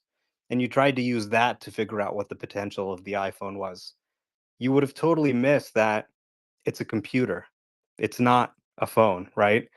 So Tesla came into this from the car side. They were trying to make their cars self-driving, and they realized that they needed to create intelligence for the car. And this intelligence, they ended up creating the chips, the training chips. It came out of trying to create self-driving incidentally, but it's bigger than that. So don't think about it as, okay, what's a taxi service today? Even just looking at Uber, that's really just one use case. What you want to think about is, what jobs could this service do? And what is the value of the jobs it can do? So, giving a rideshare ride is kind of one of the easiest jobs. But in, I don't know, 5 years or something like that, it might not be that crazy to say, hey, I actually want someone to mow my lawn. And okay, can someone come mow my lawn? And a cyber truck shows up, a robot gets out, it pulls the lawnmower out of the back, it mows your lawn, and it gets in. So the value is not even just in transportation, which is going to grow a lot, but how many jobs can I perform, right? And another job could be like, hey, okay, I want you to drive over here and collect weather data. I want you to use your temperature data and collect what the temperature is. I want you to maybe put some equipment in your trunk bed and scan something. It can even potentially do multiple jobs at the same time, right? It could be giving a ride to somebody while also taking a picture of a building that's under construction and sending it to the job workers. So that's really how you need to think about it. Computers are now moving around the world on their own for the first time. So what is the value of the jobs it can perform? And it's going to start small. It can't do any jobs right now, really. Then it'll expand to ride sharing.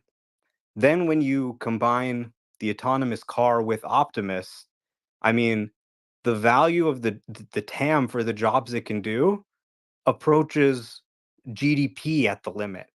And I think ultimately it ends up causing much faster GDP expansion than anything we can forecast today.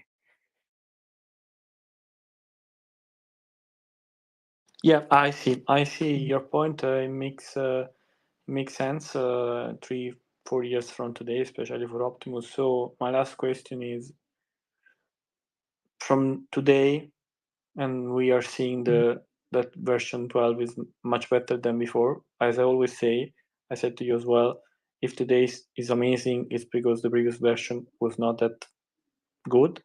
But yeah, I mean, this version isn't that great either.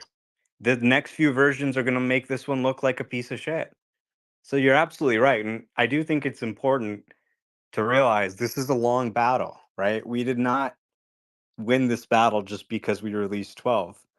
This isn't the end. This is just the start. So there's a long way to go. It may go faster or slower than we expect, but I think definitely it's a reason to celebrate with us getting No, it to so many people. I understand that. I would have preferred, like I was seeing Rohan Patel saying that he didn't feel comfortable in going out of the highway with FSD with the previous version. Now he feels comfortable. That's very good news. I would have preferred him saying that he was not comfortable also with version 11. That would have been honest marketing, but whatever, it's fine.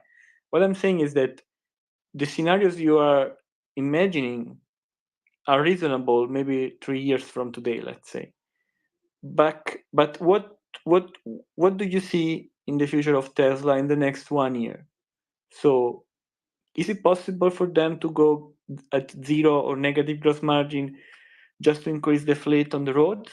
Because Elon said that last year we can go at zero gross margin just because. No, he did not say that. Nope, that's the immediate removal. Misquoting Elon, immediate removal. West 6. I'll get to follow that. Hey, I just want to. Yeah, welcome to the Thank kitchen. you very much. Thank you very much. I just want to. I got to pop back down in a second, but I don't. Well, I wanted to let Omar know or pay him a compliment. You know, Omar, you're a tremendous asset to our community. I originally, I'm really impressed with your ability to communicate. You're very concise and you can convey complex topics very easily.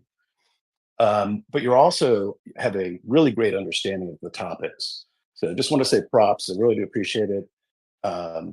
It's just a lot of value to give us. Thank you.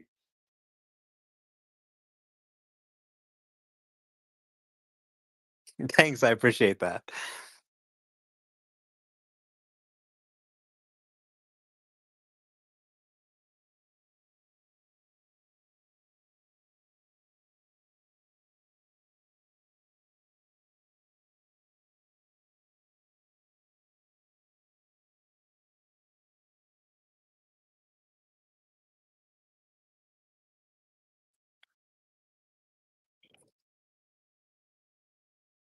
All right. Wes, how you doing over there?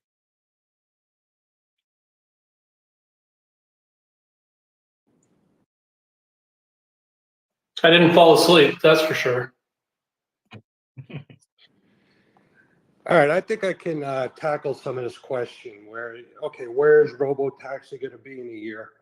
You look at this research from Kathy Woods, it's just ridiculous. Like, it's just, there's just nothing behind it. There's not just going to be a Robotaxi network that goes on like an on switch. What's going to happen is that, the most valuable FSD users we have right now are in California. You got to go where the highest clusters of cars are. So there's not going to be all of a sudden a Robotaxi network overnight. It's going to have to start somewhere. So it's going to be somewhere like in the Bay Area. So the most valuable FSD users we could get right now are in the Bay Area. And then once that gets to a certain penetration, and because Waymo has already, gotten the licenses, they could just piggyback on that. So the Robotaxi is going to start in a very small area first, and then it's going to branch out. It can't come to New York or my area because it's only like 5% of the cars that are Teslas. So if they all had FSD, there's not enough of them. So you got to look at it like it's got to start in a small region first, branch out, and then once California really, really gets going, then the rest of the country will follow. So it's going to take a long time, but we got to start somewhere. And I think it's going to be like in Omar's areas first, start off like in the Bay Area and then branch out from there. Yeah, we talked about this topic a bunch of times, whether Tesla would follow what Waymo is doing. And, we had some different opinions, but I think generally people agree with you. Wes, what do you think? Do you think Tesla will roll out his Robotaxi network region by region? No, I think it's a generalized solution on purpose. Obviously, it's going to work well in some places that are possibly more dense or work better in those places, but more than likely, it's going to achieve some high level of reliability everywhere. That's the solution they're building. I agree with all that, but they can't even get their mega packs turned on. I mean, a lot of this has to go through regulators and process. So every state has their own rules. So, you know, they're not going to get a Robotaxi network in Wyoming within the next decade, that's for sure. But for California, in the next 2 years, they could have a serious Robotaxi network. So I agree, you know, it's going to work everywhere. It's just a matter of them getting the licenses. And the path of least resistance is just to follow what Waymo did. Yeah, Elon said that several times. Obviously, they're going to follow regulation. Like, that's a given. But to say that it's just simply not going to work there, I think is false. No, it'll work there. But as an example, everybody's so happy about all this deferred revenue from the Megapack division. I don't know if you saw that in the last quarter. They had a lot of unearned revenue. It's because they can't get them turned on. The utilities are just taking their time approving this stuff. It's the same thing with driving. You know, how long did it take Waymo to get a driving license? You know, Cruise had a license and then lost it. So this is just gonna be a very long process.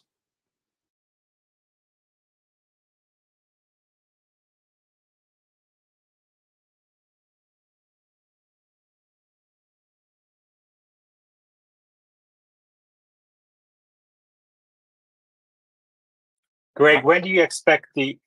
Sorry, oh my god. My take on it is that this technology is designed to be generalized, as Wes said. So once it's self-driving in one place, that means we have the technical capability to make it work anywhere, right? So, you know, there could be some location-specific edge cases you want to try, but generally, once it works somewhere, it works pretty much anywhere. Now, the way that licensing of self-driving cars is done today in the United States is at the state level. So typically you apply to the state's DMV, the state's, you know, the California Public Utility Commission, in our case, gives out licenses for robotaxi services, and there's details about charging it. You typically have to, you know, give them your service area and have them approve the service area. So it's different in different states. So I could, you know, if you want to follow that regulatory process, you probably do have to do it at least at the state level.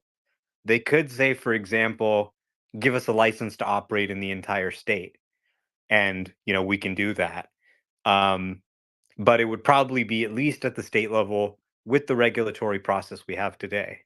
Now, if there was some changes to, for example, federal legislation for self-driving, and it began to be handled at a national level, then that might change. But Congress is slow, and we're not really seeing any movement on that right now.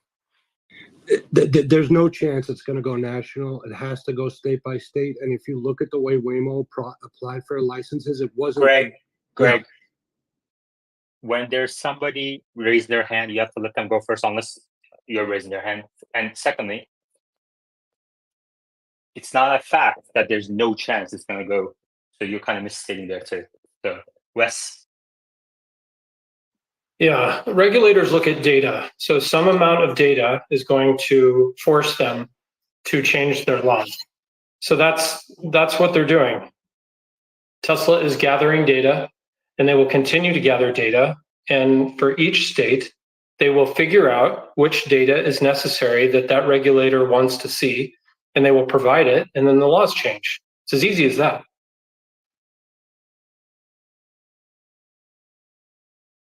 Yeah. Greg, when do you expect the first commercial ride, Tesla Robotaxi ride, and then when do you expect 1 million Robotaxis to be on the road, Tesla Robotaxis?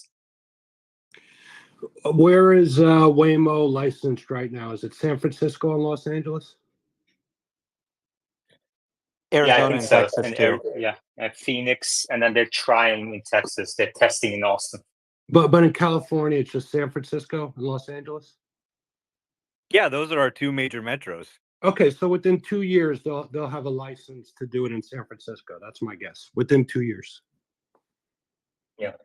But the thing that you do realize the difference between Waymo's approach and Tesla's approach, right? Waymo is dependent on the HD maps. Tesla is not. Oh, you're preaching to the choir. I know everything about Waymo, but the thing is, they had to fill out the paperwork and go through the process of getting the licenses. I think people are being way too optimistic on how the government moves. I really do. It's just a very, very long process. Like I said, these utilities are dying for megapacks, and Tesla had a couple $1 billion of revenues they couldn't report because the megapacks couldn't even get turned on. So all I'm saying is that when they apply for these licenses, as great as it is, as much as I would love Gavin Newsom to approve it for the entire state, even if he did that, the local municipalities are not going to give up their power. They're still going to want an extra license for Tesla. So it's going to happen. It's just going to take a long time because of all these municipalities and the regulations. That makes sense.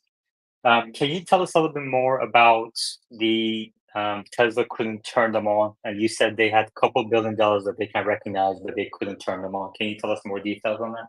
Okay, so when you look at the fourth quarter megapack revenue, it was, I don't have the numbers in front of me, but the basic terms was it was flat from the quarter before.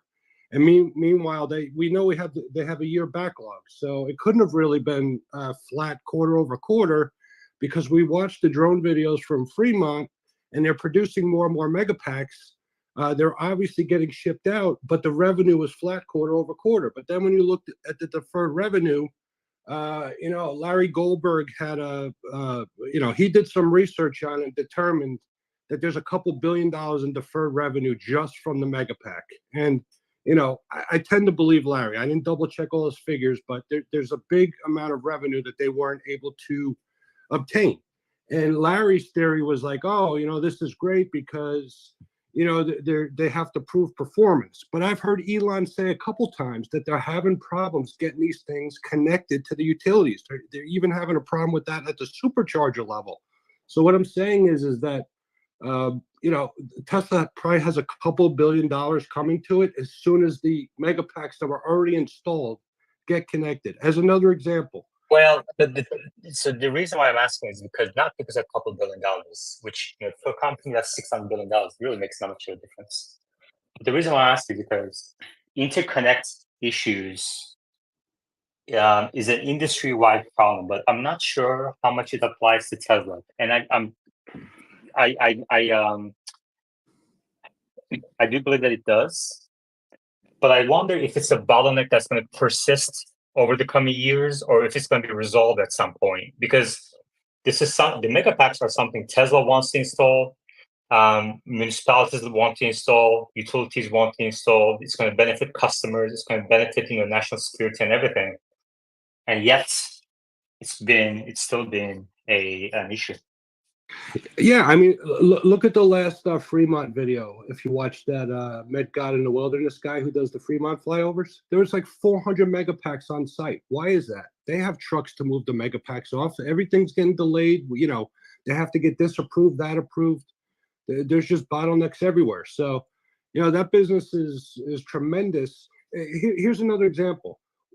Look at the flyovers from Giga Texas. They installed the megapack in last year, and it just got turned on. It took like 3 or 4 months for Texas to turn that on. Yeah. And they have everything going there. They have all the approvals. Texas loves the Gigafactory, and that little 68 megapack cluster took months to turn on. So think about those huge projects in California. That's all I'm saying. I agree. That's surprising to me too. How long it took Texas to turn exactly what you said. Omar? Well, I don't think it's really a fair comparison, because interconnection is not just a paperwork issue, it's also a technical issue. They want to make sure they're not overloading the grid. They want to make sure everything works well. There's a lot of sort of steps involved. So, I mean, a lot of things could be done to improve that too. But, I mean, this is something where Waymo got the permit, General Motors got the permit. You look at the list of permit holders there, it's, a long list of companies, Zoox, Apollo, probably some companies you've never heard of. It doesn't seem to be that challenging to get the permit. So I think compared to the challenge of actually making the self-driving work, the paperwork is relatively easy. And let's not forget, you just have to get one state to agree to you. So, okay, Arizona, California is being a little bit of a hard ass. Let's go to Arizona, right? A lot of them would love to be able to say, yeah, we're doing this. They're investing in Arizona, blah, blah, blah. Well, it's a little more detailed than that because they need California. Because if you wanted to set it up in Arizona, there's not enough cars in Arizona. You need the cars on the road, and you need the approval. So, like I said, getting an approval. They in have Wyoming, cars there. They can bring cars there. They can go to Arizona. They can go to Nevada. They can go to a number of different places. I mean, okay, they can, but for argument's sake, if they had 2 million cars ready to go in California and there's only 100,000 in Arizona, you think Tesla's going to want to send another million cars over there when they could just turn on the cars that are existing? They have to focus on the areas first where they have the highest concentration. Look, I'm just trying to explain this to you guys. In San Francisco, here in California, even in LA, we take driverless cars all the time. Nobody cares. It's not any challenge. They have their permit, whatever. It's all transparent to us. They figured it out. A lot of these things seem really daunting in theory, like, oh my God, how are they going to get the regulators to agree? But it exists. The regulators agreed. There's a process. And it's not rocket science. You just do the same thing everybody else did. And it's, the process is all there. So that is fairly well defined. Actually getting the software to a reliability level that you can even ask for permission to go driverlessly, that's going to be the thing that's actually hard. Relative to the magnitude of that technical task, getting the regulators to give you a permit is easy. And when you have a system that's really that good, that it could save lives, it could change everything, it could transform the city, it's not that hard to convince them. They will even change the rules if necessary, if it's something that's going to save someone's life. Okay, All right. I agree with all that, but just to further the point, so we know Zoox has a license, even though they're barely in existence. I think the better question would be, when did they apply for their license, and then when did they get it? So in other words, if FSD 12 is ready to go in 6 months, what will be the amount of time it will take if California is gung-ho and San Francisco is gung-ho? How long would it take from the initial filing to Tesla to get that approval? If it's 6 Well, I mean, months, you two, like you guys are generally on the same page because you said to my question, first Robotaxi ride 2 to 3 years, and I think that's probably what Omar believes as well, right, Omar? So I want to or meet. We sooner. have other speakers. Yeah, we have other speakers too. I want to get to instead of kind of like you agree on the general point. Jonathan and then Grants. Can you guys hear me? No. Okay. Something interesting on the link you just posted, Omar. I'm not sure how much you've dug into this, but if you look at the disengagement reports and the vehicle collision reports, Tesla isn't listed there yet, especially under collision, but the amount of data that Tesla is going to be able to push to California especially is so much larger in amounts of drivers, data, safety reports, disengagement. I really don't see how there's going to be much of a bottleneck in the actual authorization of it. It's more just how fast can we get the updates done, which is going to be very quick, and then as well as tested. But permit wise, I really don't see how it's going to be that slow. I mean, 24 report for collisions. There's so many companies on here, including Apple, which I'm actually looking at right now because reported autonomous collisions on the DMV site. The point that we're going to be held up by regulation, at least in California, I really don't see that being the case personally. But I still think probably a year is best case scenario for Tesla. And the platform as well is probably going to be a game changer for autonomy. Mr. Venture Capital.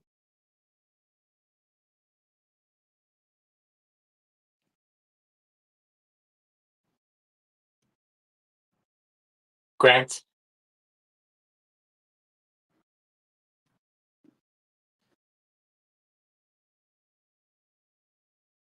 Can you guys hear Grant? Grant is on mute. Omar, can you hear Grant? No. All right. I can't either. Yeah, he seems he just gave us a crying emoji. So maybe he's sending something to Omar. Yeah, just one last thing I want to say. If we're at a place, let's say next year, where the car is ready for Robotaxi, it is driving us around flawlessly every time, but it has, some form of driver monitoring system, and all we're waiting for is the permit, I'm not going to be that mad because we're already allowed to use the system in a supervised state. So I think that supervision will get less strict over time, and this will all happen naturally, and we're going to get to enjoy the progress along the way. So whether the regulators take an extra 3 months here or there, a year even, to approve it, it doesn't really change that much in the grand scheme of things, I don't think. Wes, Yeah, I'll give people a good mental experiment. So let's take pick an intersection in your town that you know has a lot of accidents. And then once FSD is out, let's say that Tesla has data that shows that cars that are enabled with FSD go through that intersection with 0 issues. And during that same time frame, there were, say, 100 crashes there. That's pretty substantial. Now let's say another mental experiment. Let's say that the death rate or the accident rate goes to 0 over a year in the entire state of California. What is the likelihood that regulators are going to allow that system to operate? It's pretty high. And with every day that passes, it gets higher. That's what we're talking about, saving lives. And it's unignorable. You can't ignore it. And that's going to happen. It's just a matter of time. So I think Omar's been very patient in explaining all of this stuff. And I just want people to go through this mental exercise and think of what number of less deaths per year it would convince you that this software should be everywhere. And that's what Tesla's doing. That's the goal.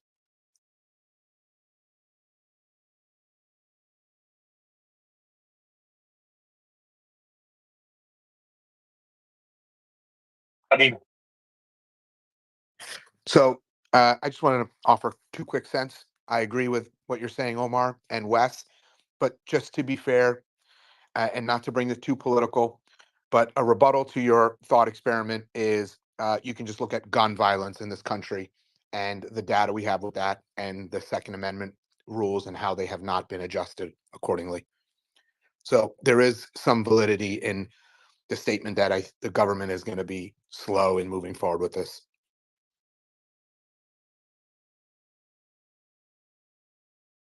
I mean, you're talking about a constitutional change. That's a little bit different, I think. This does not require a constitutional change.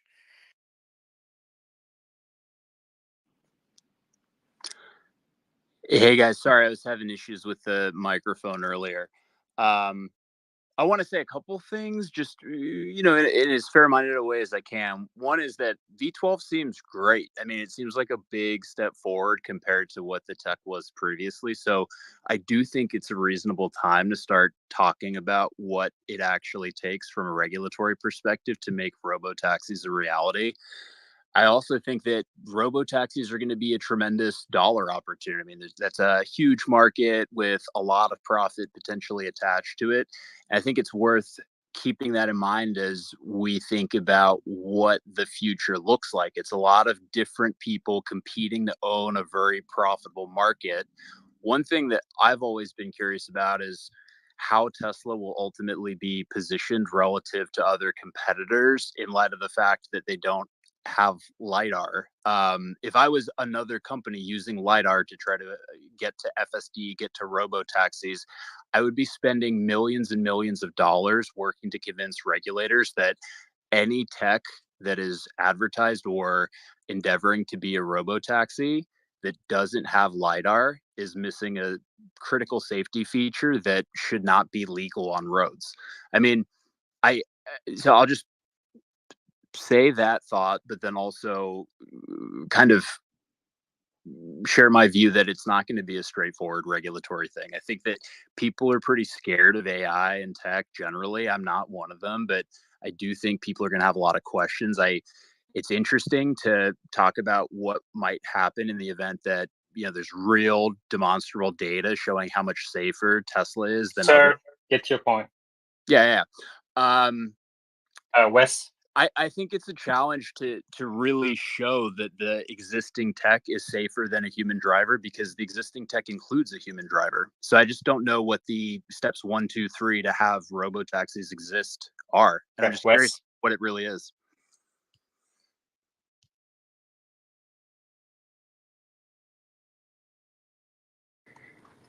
I mean, come on, you got to do your Greg, hold research. on. Wes? Oh, I see Yaman talking. I can't hear. Maybe I need to drop down. Okay, I think Omar had to drop down for that reason as well. I'm not sure what's going on here. I can hear you now. Yeah. Did you hear Grant? I think he finished his thing. Again, it sounded like it's going to take longer than people think. Again, it just comes down to numbers. So I would also counter that with, like, ChatGPT was the fastest adopted piece of software in, you know, the history of humankind. So I would challenge people to think differently when it comes to the adoption rate that we'll see with this. Grant, did you hear that? I did. I mean, I think that I hear you on ChatGPT, but I think there's always a tension that exists between the conventional Silicon Valley mantra of, like, fuck it, ship it, and things that involve real world, you know, serious safety considerations. I mean, Theranos is a classic example of someone that had a startup, wanted to move fast, but you just can't take chances with people's health. And I think there's a big difference between ChatGPT and Tesla or any robotaxi in that regard. I don't really understand your point, honestly. I get it's going to take time, but, like, without talking about numbers, it's really hard for me. I'm an engineer, so I just look at the numbers for the adoption of airbags. Grant, let me ask you this. That took. First of all, actually, this is irrelevant. When do you expect the first Robotaxi ride, and when do you expect the millionth Robotaxi ride? I missed this. You said the first and the what Robotaxi ride? Millionth. Millionth? Yeah, millionth Robotaxi on the road. The millionth Robotaxi, not. I mean, I don't know. I mean, I don't know how many have already occurred, right? I mean, we've already had some via Cruise and. We're sorry, just Tesla Robotaxis. I really don't know. I mean, to be completely honest, I don't know that these cars will ever be safe enough to be robotaxis. I think that the missing element of Lidar is going to be a safety concern for a lot of people. It's moved up like leaps and bounds beyond what it was. The rate of acceleration and the improvement of the tech is really dramatic right now, but it's the March of Nines, and I think people forget that. Could I jump in for a second? Sure. All right. You know, no offense, but anybody who uses the word LiDAR, they need to go back and just start all the research, because there's something broken there. LiDAR is going to be obsolete in a couple of years, okay? That's the first point. Second point is that the regulators, you know, when people say, oh, there's going to be other competition, there is no other competition. Tesla's been doing this for 10 years. The only two serious competitors in the US was Waymo and Cruise.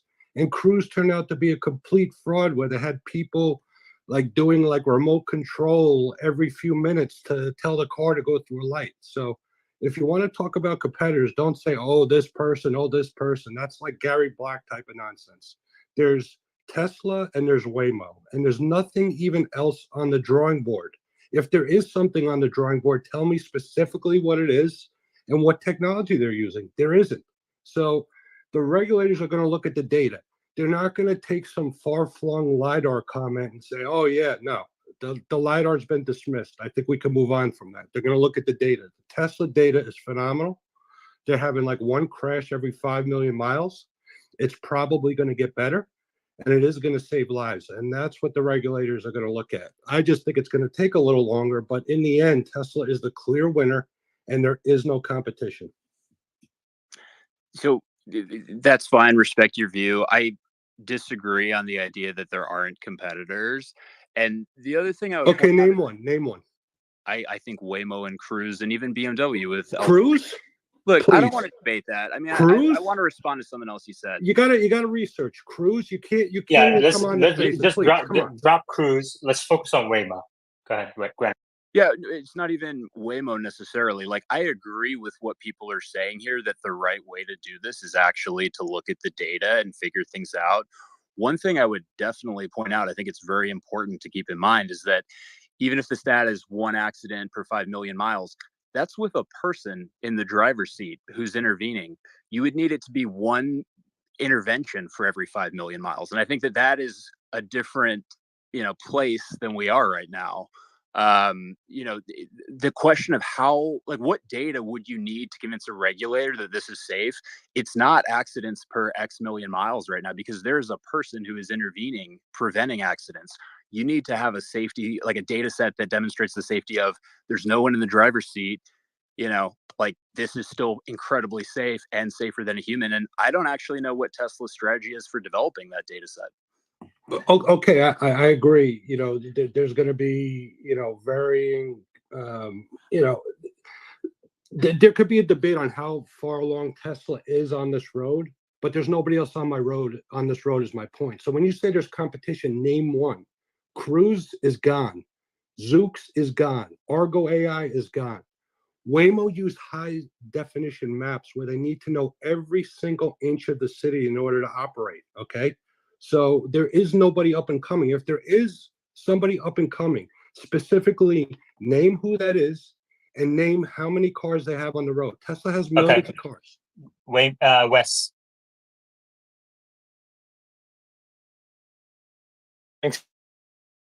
I'm going to participate much longer. I just want to say, people should pick a number and just talk about the number and explain the number and do your research and look, because we've expressed safety features in the past before and we've got them approved by regulators. So I think it's very straightforward.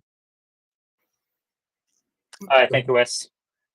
I'm not positive. I mean, I would say whatever the average number of average number of miles per accident times 2 is the number. And I would just point out that the metric needs to be, in the case of Tesla today, disengagements, not accidents, because there's a human driver there. I think the metric is just as important, because everyone talking about accidents per mile with FSD are ignoring the fact that there is a human being who is intervening. And if you want to get to L4, there's no human being intervening. That's an important thing to keep in mind. Can I step in? Yeah. I would suggest that perhaps we're not framing this. If no one else is talking, there's one other thing I was going to say, which is that Grant, there's someone talking. I'm gonna move you down to listener and then bring you back up, because you can't hear digital habits. Hey, it's my name's Chris. I'm the CEO of Digital Habitats. So what I was proposing is that we might get better mileage out of this if, as proponents of Tesla and the solution, we reframe this and don't get noshed into regulation, and instead say, how can we fulfill the mission that Elon is talking about, which is to save 1 million lives a year globally using this technology? And so I've had this conversation with a few other groups, and I'm sure one of you guys, it might have been Omar, I'm not sure who, has been showing FSD handling accidents. This, I think, is the key way that we should be looking at advertising solutions, getting presence in people's minds, because what you want is an individual person looking at an image and go, I would be dead if not for FSD. And this ties into the free trials. It ties into people getting interest. Let's assume that we are at the knee of the adoption curve. Then the point is let people start experimenting with it. Let them find out whether it's a solution that works for them. And when we have millions of vehicles and tens of millions of people saying, hey, I want this tech and I'm willing to use it, then to some of the points that people have made earlier, regulators are going to be a non-issue because it's a wag the dog phenomenon. The people will have spoken. So, I want to keep us in mind that the goal is to do something that has never been possible before in humanity, which is to save trillions of dollars in injuries and expense and 1 million lives every single year. And I think we have an opportunity in this group and elsewhere to advocate for FSD style technologies, basically by doing the same thing that people like MAD have done. Jokingly, okay, thank you. Ryan. Yeah, I like where your sentiment is at, but I don't think that it actually works in the real world. I hate to have that opinion because, yeah, saving lives is great. But one of the hardest things to prove is a life saved. It's actually one of the most fascinating things right now with FSD is it's like, obviously anyone who uses it knows that having like a secondary driver makes them that much safer as a driver. But it's very hard to say, oh, this definitively saved a life.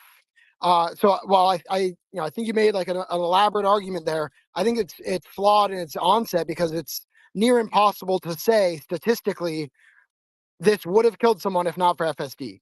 So I don't really feel like that's a great argument. I want to go back though to the argument that Grant was making, and I just completely agree that the metrics of like, okay, what is autonomous versus what is driver assistance with someone at the wheel. So yeah, they're inequivalent numbers that we're looking at, and that's one of the main reasons why I am also a fan of Waymo, because yes, you could see there is going different paths.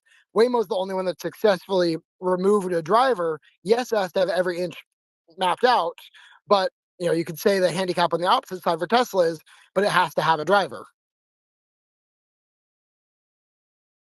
Yeah, that's fair. One more. So to rebut what you had said, remember Sir, the key point that I'd made you're going was, on and on and on and on. If I asked Omar what you said, he will have no idea. who are you speaking to? The thing is, what you got to realize is we have hundreds of people in this space, and everybody is busy with something else right now. Nobody is paying 100% attention to what you're saying. So you have to be succinct, have 1 or 2 points, saying in like 30, 60 seconds, and move on. Fine. So my earlier point was that we focus on FSD crashes and avoidance and those kinds of messaging to increase Tesla sales of FSD and the advocation of that. That's the key point. Okay, Omar? Well, I didn't really have anything to say. I'm driving in my Cybertruck, but safety is a big selling point, but safety comes free. You don't have to buy FSD to get the safety features. So it'll avoid the crash anyway. Now, if you're on FSD, it might be even safer, but the reason people are going to buy it primarily is because it makes them happy. Because driving's annoying, and when they're stuck in traffic, they can push a button and not worry about what's happening. That is the selling point to the user. The safety you can't charge people for because it's unethical. Okay, let's also take into consideration that as Tesla's FSD gets better and safer, human drivers are getting much worse. There are crashes all over the place from people texting. So as this software gets better and as drivers get worse, there's going to be a need for a solution.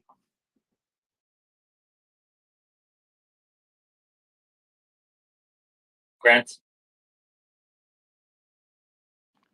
Honestly, don't have too much to say. I mean, I agree. It's definitely, crashes are up. People are all distracted. I think, Omar, you said that people don't have to worry about what's going on or something to that effect, which is definitively not the case. That is not what this tech is supposed to enable you to do. You need to be engaged, eyes on the road, hands on the wheel, ready to intervene at a split second's notice. So I think a challenge is that people do think they can use this tech to not pay attention to what's going on. And that in and of itself is actually very dangerous. No, that's not what I Well, said at yeah, all. yeah. Of course, you have to supervise it, but it reduces strain. Instead of me turning this wheel and struggling to stay between the lanes for 7 hours, the computer just does it for me. That's why people are doing it. And to suggest I don't know that you have to supervise it is just moronic. I mean, this is the most blown out of proportion issue. Everybody knows what it is. They've been using it for 10 years because it reduces strain. Obviously, at higher levels of autonomy, it's even more useful. You have to do even less. But it's just sort of a repetitive stress relief kind of thing. The phrase, don't worry about what's going on past your lips. I mean, I hear you. That's not what you're saying, whatever. But the challenge is that it's so easy to get lulled into that or to think that you don't have to worry about what's going on. That's not true. You clearly don't use the software. Hold on. Grant, let's get one thing straight. Do you drive a Tesla? No. Okay. Are you a Tesla investor? No. Are you a Tesla short? Yes. Okay. That's a beautiful thing. That's beautiful. Let me tell you something. Forget about the fact. What is going on here? Why are you interrupting me? Grant, have you ever been in the driver's seat when FSD is on? No, I have driven Teslas, and I may actually have a chance to use FSD for the first time in a couple months, which I'm looking forward to. I mean, I think it's cool tech. I mean, I'm not, terribly opposed to it or anything like that. Yeah, are you in New York? Yeah. Okay, cool. We have people in New York. Somebody can swing by and give you a ride. I don't know. I'm not generally in the business of meeting up with people from the internet. This isn't an on account, but maybe I think I will try to make it happen in a couple months.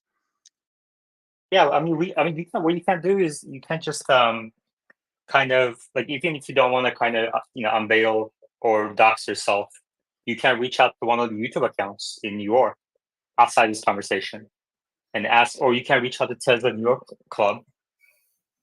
Digital habitat. You have to stay on mute when you're not talking. I was actually just going to add something, which is. But do you not hear me? I do. Okay. So, Grant, I think what you're going to realize that some of the things that you're saying are actually factually wrong. You're saying that people are lulled into not paying attention. You just can't possibly have that situation anymore. That was the case maybe like a year or 2 years ago.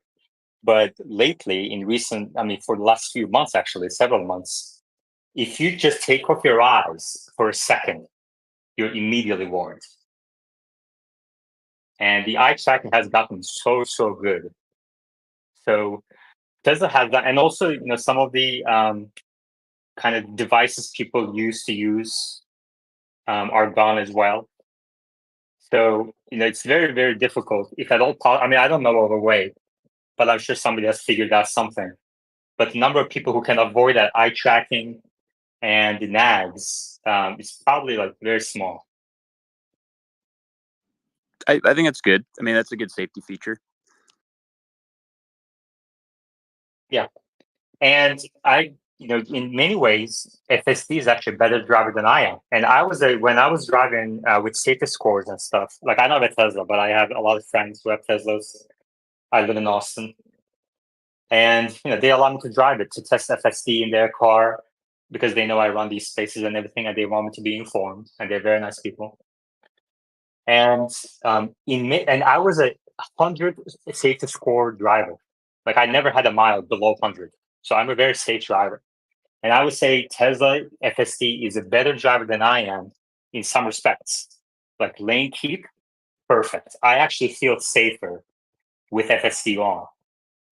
Paying attention to the car in front of me, perfect. It knows exactly when the car is about to take a turn. It slows down appropriately, etc. The only time I get into trouble when I'm in a Tesla is when I'm driving. Honestly, I'm not even exaggerating. So I highly recommend you take a ride if you're not watching these videos, etc., and you don't come to the spaces often. Go drive, get in the driver's seat. Ask somebody to put you in the driver's seat. It'll make a difference in your view. I'm working on it. I'm looking forward to it, honestly.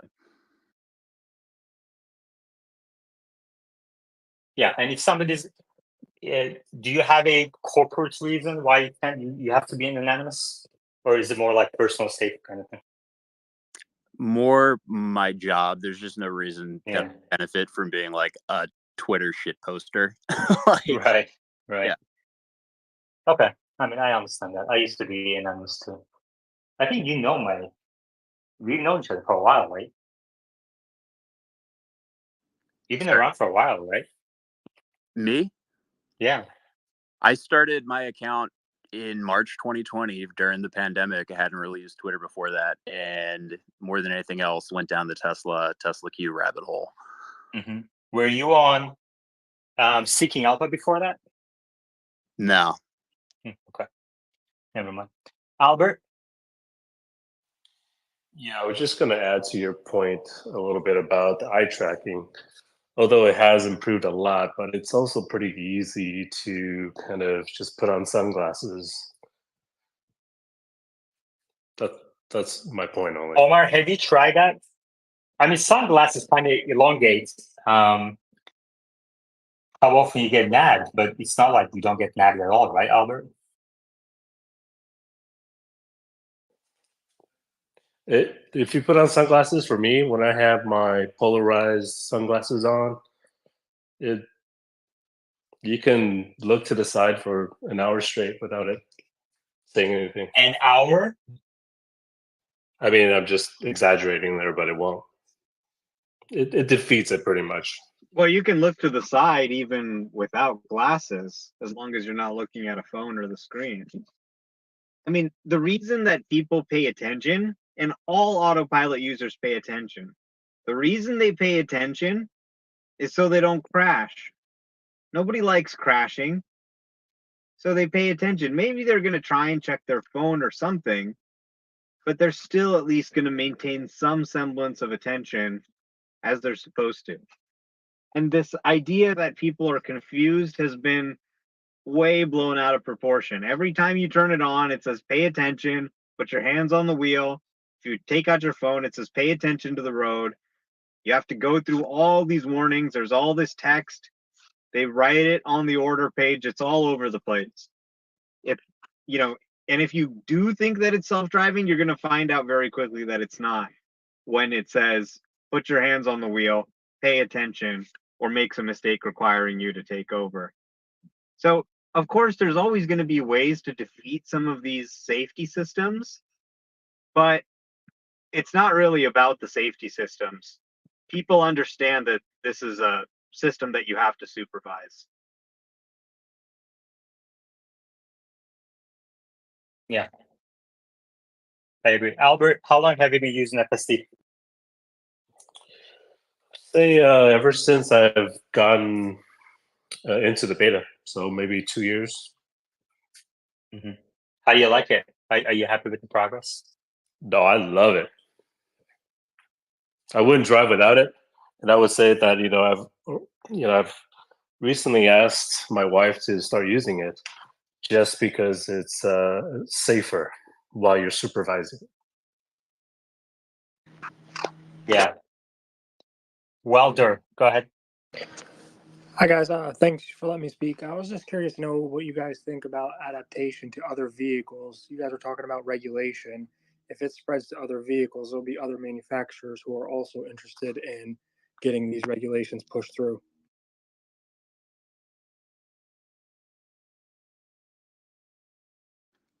I guess theoretically, in my mind, if they did have an ability to sell FSD into other OEMs, then yeah, they would have alliances for pushing through, regulatory approvals. But that's, in my mind, that's a pretty big if. I know people probably disagree.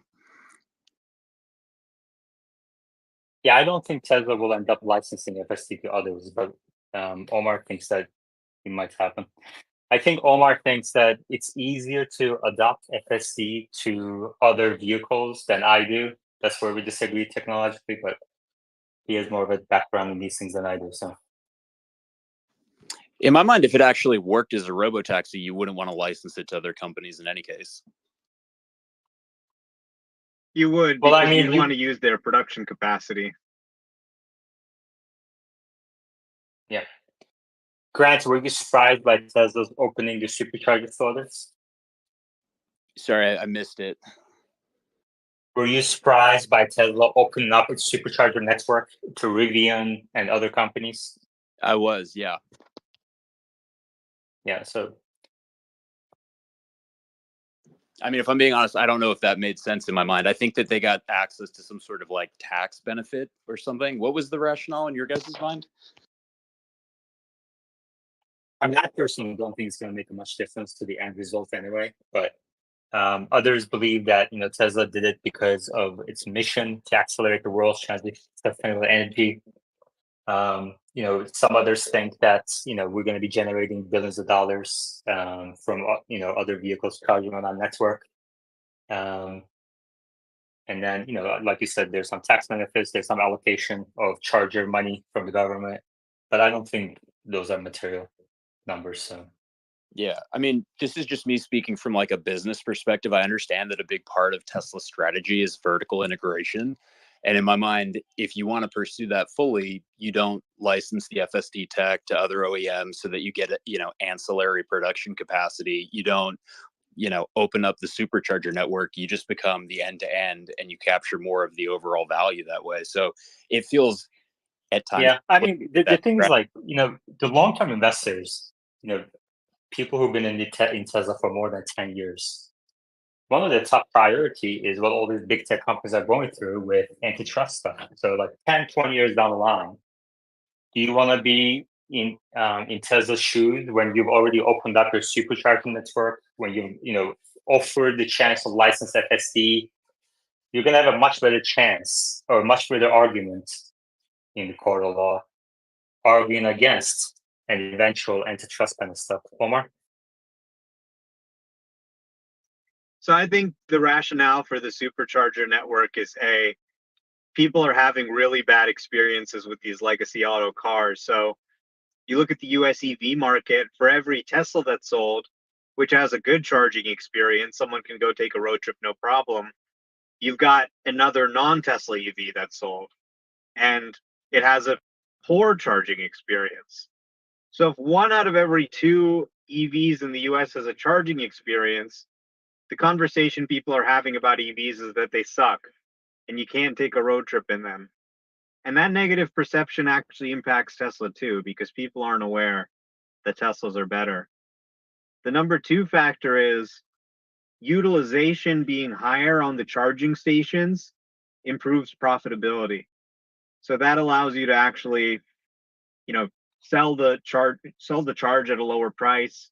It improves your competitiveness, and you can actually build out more stations and get a faster payback period.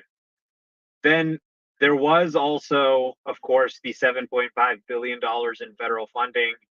I think it's possible we could see additional federal funding for EV infrastructure. And they were actually requiring everyone use CCS. So I think getting everyone to switch to NACS kind of simplifies things. Plus, then they are now charging other EVs more. So if you're another EV, you don't get access to the full supercharger network. You only get access to a part of it. Teslas are still much better for long road trips. So you give them a taste of it, but it's not the full Tesla experience. It's just a subset of the stations. Then they're also being charged a higher price compared to Tesla owners. So if you're a Tesla owner, you get a free charging membership subscription.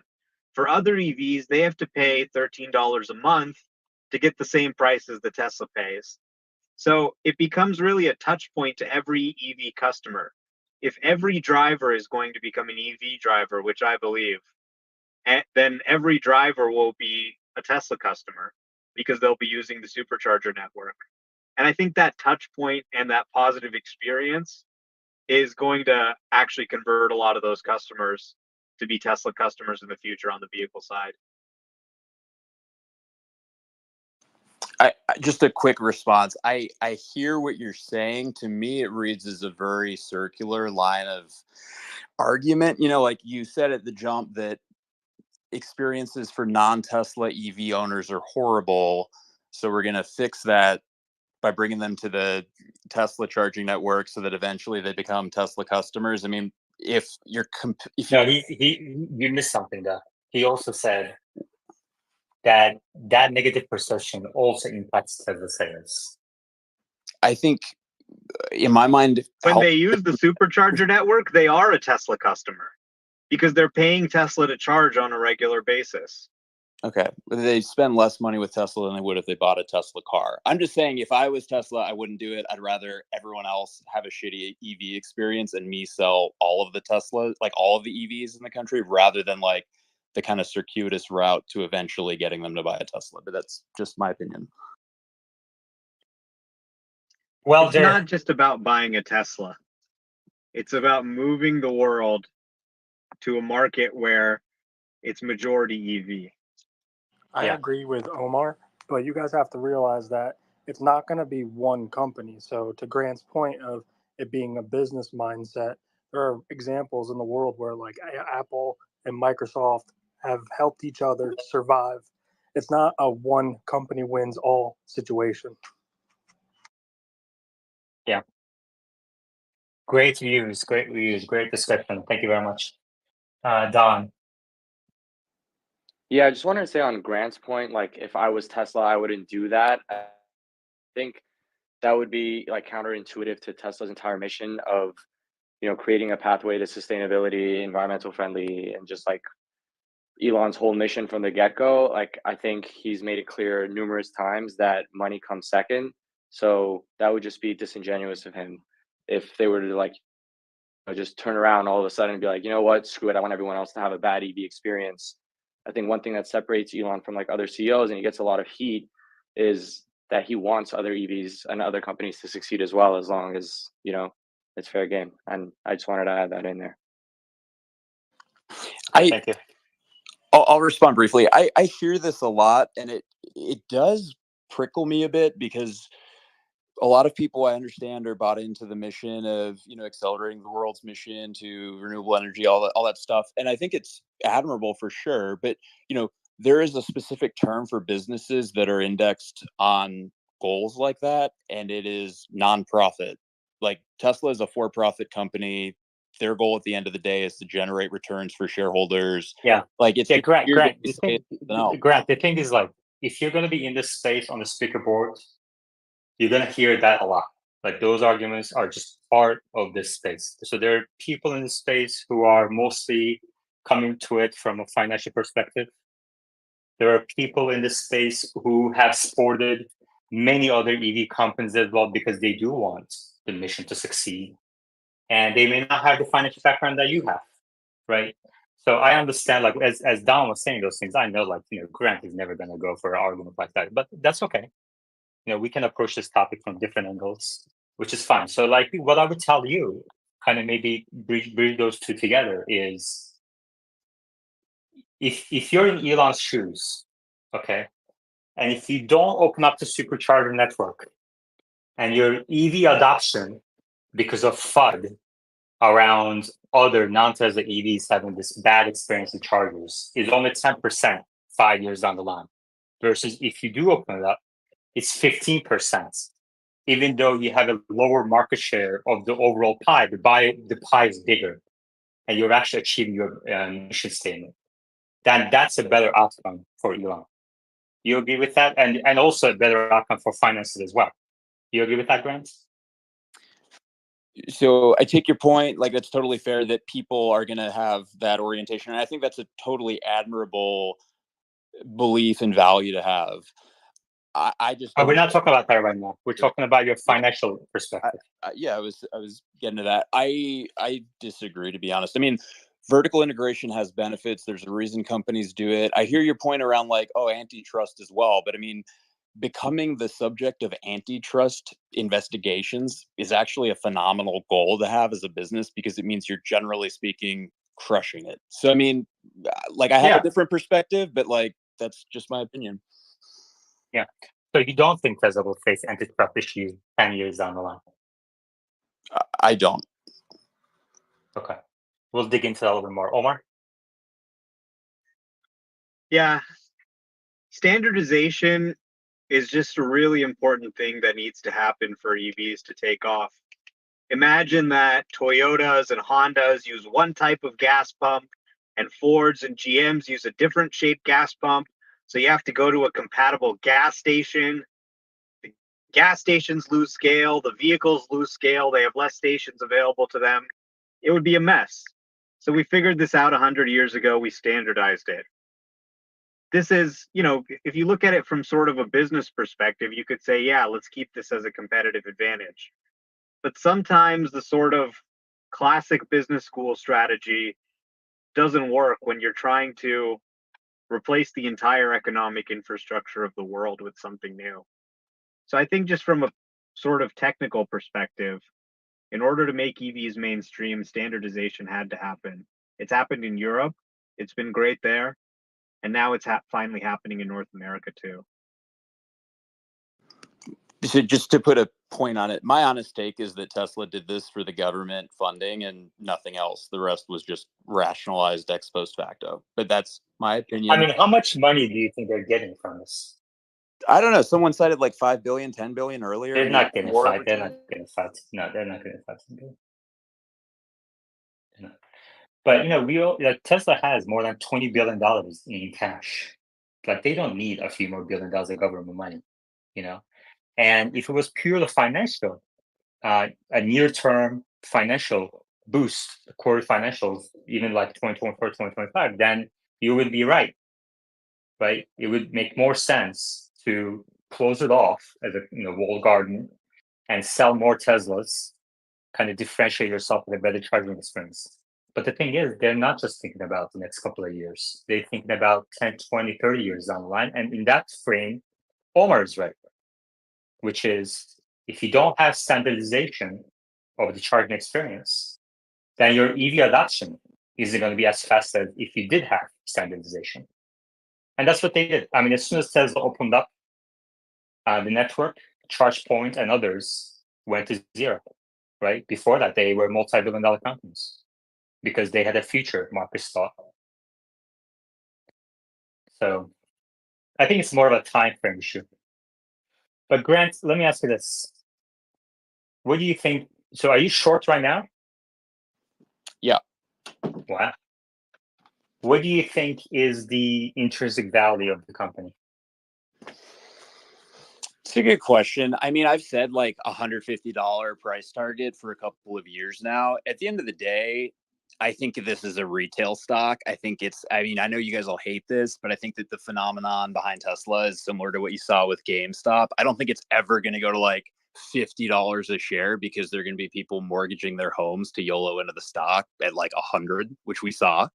So I don't know what's like the intrinsic value. I mean, automakers are really bad businesses. They are incredibly cyclical, capital intensive. There's all kinds of reasons to not invest in a car company.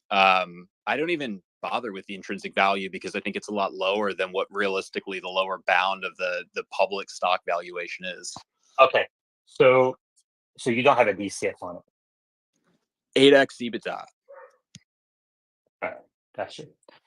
So then you're assigning no difference between Tesla versus, say, GM or Ford.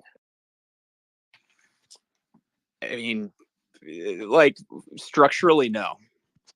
Okay. So what about Megapacks? Like Megapacks have better margins than automotive today, right? Higher growth rate. You assign nothing to that? No, I think it gets something. I mean, $150 price target. That's what I've said in the past. Okay. And now what about FSD? You assign no value to that either? Like we were talking earlier, I think you were here, we were talking 800,000 people as soon as, end of April, May, paying Tesla $200 a month. No value to that? I think that can definitely have value. I think it depends on a number of things. I think Tesla really needs to split that out in their reported financials to get more credit for it. They would be smart to do that. I mean, they don't have to do, split the reporting. They can just kind of announce how many people are on it, right? Well, that would do the same thing. Like, but how many people are on it? I don't think you know how many of those people bought it versus subscribe, which is what you would want to forecast the rest. Well, it doesn't matter because, like, if you bought, Tesla, from an intrinsic value perspective, it's better if people subscribe. Exactly. Right. And most people are subscribing. They're not. People bought it in the past thinking that it was going to materialize sooner, but that was before Tesla introduced the subscription option. Agreed. Since Tesla introduced subscription, I think people are subscribing. So, and we earlier, Omar mentioned that $200 a month is basically equivalent to 12,000 in about 5 years. So it's, from a financial forecast perspective, it's about the same thing anyway. Well, I'm just saying, like, if they were to report 800,000 people are currently using FSD, and I'm a Wall Street analyst trying to decide if I should buy the stock or not, I'd want to know, of those 800,000, are 700,000 people that have already bought it and the cash has already been collected, or are 700,000 going to be paying $200 a month from here on out? Like, that's a pretty important thing, and they don't report that. Okay. Then let me ask you this: in 2 years, how many people do you think will be using FSD? I have no idea. Maybe double. What do you think? In 2 years, we're talking Europe, China on board, multiple countries, right? And if you look at the pace of improvement in the software in the last couple of months, it's massive. So 2 years is a long time. But I think at that point, you're probably talking also NAG's gone. And I think it can be several millions of people by then. Could be. And that's without the Robotaxi network. Like, if there's a Robotaxi network, obviously it's kind of like, whoever wants to download the app and ride on the network. Then you're talking kind of tens of millions kind of range. But that's like a few years down the line. Yeah. So what would change your mind? What would make you cover your shorts in the next few weeks, months? I actually did cover half my short a couple weeks ago. When V12 looked exciting, and I think it generated a lot of AI buzz around the company. I know Brad Gerstner at Altimeter put a position in, which, I've have been living in this market for a while, and when something gets AI heat on it, it can go kind of crazy, as everybody knows. So, like, I thought it would be good to cover some of it, and I did a couple weeks ago. For me to fully cover, I think the Q1 results are going to be horrific. Like, they're going to be really bad. I understand that a lot of this push with like free FSD subscriptions is probably aimed at steering the narrative on that earnings call to the green shoots of AI enabled autonomy that they, want people to be thinking about instead of the actual numbers on the paper. I don't know. If they were to do more to actually explain what the process is to get from here to Robotaxi, that would also be very interesting to me, because I think, like, Omar, I think you said that it's straightforward. I have no idea what it is. And I asked people on Twitter, and no one seems to have any idea what it takes to have Robotaxis operating across the United States. I don't think anyone knows, if I'm being honest. So visibility into Robotaxis actually happening, I would get out. Yeah, well, I don't think anyone, or not many people, most people in this space, I don't think believe we're going to have nationwide Robotaxis in the next 24 months. Okay. And then if you ask Omar, he'll probably explain to you the process that Waymo went through, which is public. You go city by city, file some permits, etc. Now, I'm not saying it's not possible that Tesla will have nationwide Robotaxis in 2 years. Okay, I'm not saying that, but I don't think most people believe that here. So, that's a bit of a straw man argument. Well, they're two different. So yeah, okay, that's fine, but there's fundamentally a big difference in the value of a really good driver assistance technology versus Robotaxis. I think we all agree on that too. So I'm just saying, like, the big thing that would scare me is like, oh man, this company's really going to have Robotaxis at some point soon. They're like on the way there, because people will start bidding it up once. What about that process? What about see, I actually don't agree with you. What about, so I can tell already you haven't been in space for a while. What about Optimus? I don't think that's a real thing. I'm sure it's a real thing in a lot of people's minds, but like, I think other companies, NVIDIA and Figure, are likely going to win. Okay. So there are people in here, and there's an increasing voice in here that, I'm not majority, but the voice is definitely increasing, that believe Tesla will generate $1 billion of profits from Optimus before Robotaxis. What do you think of that? I don't believe that, or I just disagree. I mean, Yeah. Yeah. the one thing that I would say, this is an interesting thing from like a finance perspective that people may not think about. One of the best tools that you have for recruiting the most talented engineers in the world is stock options.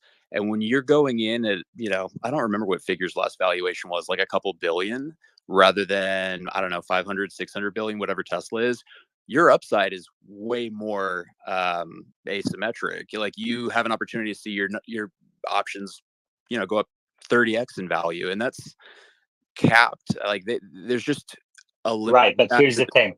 Here's the thing. I agree with you. Okay. I think that's a really good point. However, a good engineer, I think, will know that Tesla Optimus will win in the end versus Figure AI. So if I had, again, back to the pie, the size of the pie, if I have a smaller percentage of a much bigger pie versus, look at the cruise engineers who have stock options. You know what I mean? Wait, what makes you think that it's obvious that Tesla wins in this market? I mean, in my mind, I don't know who's going to win, but I feel like there are a lot of competitors at least. It's very simple. So I think, I don't think this is a stretch. It's not that people compare Figure AI to like Cruise, right? I don't think it's that stretch because GM just not a good, parent versus Microsoft, Nvidia, and Jeff Bezos. I think those are more formidable competitors. But what's missing from that equation is a mass manufacturing capability, which Tesla has now, right? And then also part two is that Tesla has everything under one roof, whereas Microsoft, Nvidia, Jeff Bezos, Figure, etc., will have to coordinate every decision. They've already got the robot using OpenAI to listen. Now that's fine. And speak. I mean, I think that Figure AI on the surface. The Figure AI can get to first or maybe even first 100 humanoids faster than Tesla Optimus, let's say. Okay. Maybe do useful things, folding your clothes, making you breakfast, etc. Maybe. Okay. Just like Waymo got there too. Waymo got to Robotaxi status, driverless status before Tesla did. But I don't think anyone here thinks that Waymo will outcompete Tesla Robotaxis 5 years, 10 years down the line. Because they just can't scale. Their business model doesn't allow it. It's not going to scale as easily as Tesla's software updates. And I think that's the kind of situation that Figure AI is going to run into as well. Scaling in terms of manufacturing capacity or scaling in terms of, I think they seem like, why would they not be able to scale on each front? Yeah, maybe they produce thousands of them, tens of thousands of them, etc., but not at the lowest cost that Tesla can. One, and then Omar will tell you that Tesla, through its Dojo projects and just amazing Tesla AI team, will get to a much better AI capability than Figure AI will be able to get to. Than NVIDIA. Yeah, I guess so. Omar, you want to follow up on that part? It's just a strong disagree. Well, first of all, go ahead, sorry. First of all, Figure AI is not NVIDIA. Figure AI is not Amazon. Those companies have their own robotics investments and projects that they're doing that are, in addition to this investment. But Figure AI is a company started by Brett Adcock, the CEO of a flying car company called Archer Aviation, who was the co-CEO of the company. This is a $0 revenue company that never produced a product. They're publicly traded via a SPAC that happened. And Brett Adcock left the company for some reason, and he and like a few of his friends are now doing this. So, I think people give these guys a little too much credit. Yeah, they looks like they have a interesting humanoid. There's reason to think they might be a contender. But, so first of all, on a software level, you're talking about unprecedented level of reliability in AI. To have a humanoid robot product that's reliable, that's not going to fall on its face and fall all over the place and just be a complete mess. You need an insanely reliable AI engine underpinning that. And none of these companies have, even Microsoft or Amazon or anybody has demonstrated that except Tesla. Then, of course, to succeed, really to gather the training set you need to make the software reliable, you need to have an expertise in mass production to make at least tens of thousands of these, if not really millions of these at scale. And, figure Microsoft, Amazon, they haven't demonstrated competence in that either. So it's not to say that it's impossible. It's not to say that they can't partner with somebody who could help them mass produce it, maybe a Foxconn or something like that. But it's a little bit of a question mark. And, these guys couldn't even execute on their last company. You've got on one hand here a guy who has successfully launched rockets into space, who, built Tesla up, who has a track record of actually executing on these projects, compared to a guy with a track record of $0 of revenue and leaving the company as co-CEO. I mean, it's kind of predictable with these guys, which isn't to say that someone can't buck the trend, but people were cheering on Fisker, and I said, this company's a joke. The guy already had his first company go bankrupt. The second one's probably going to go bankrupt too. And sure enough, it did. So track record matters. And I think when you look at the track record of the Figure team, I mean, just go to their page and look at their About Us and look at these guys and say, are these the guys who are actually going to revolutionize the world with the first mass-produced humanoid robot? Right. Now, just a couple of things, a couple of housekeeping items. We're not accepting requests to speak right now. We have a good balance of Tesla Q, Tesla. So unless if it's one of the people who are permanent speakers that I've seen, if they want to talk, they can. But we're not taking any new speakers for now. And then also, some people are telling me that Grant is a Tesla Q and all that stuff in the background, which is fine. Like, I'm aware. I've known Grant's account for a couple of years. He already said his shorts. And, the thing is, like, we have to address the points that Grant is making. And because this is what the market believes. Okay. Grant has a finance background. I'm guessing, I may be wrong. Grant, are you a CFA charter holder? No, I'm not. Okay. But I mean, functionally, I have that expertise. I just haven't done that. Not everyone does that. Yeah, gotcha. This is like the stuff that he's saying is very similar to what I'm hearing on Seeking Alpha, etc. as well, which is a lot of the investment managers. And the fact is, when Optimus is in high volume production, if Optimus is as successful as we think it's going to be, if FSD gets robotaxis and we have tens of millions of Teslas, the company is going to be worth several trillions of dollars, more than $10 trillion probably. Okay, there's no question that humanoids with advanced AI, maybe AGI, will change the world in a way that no other technology has.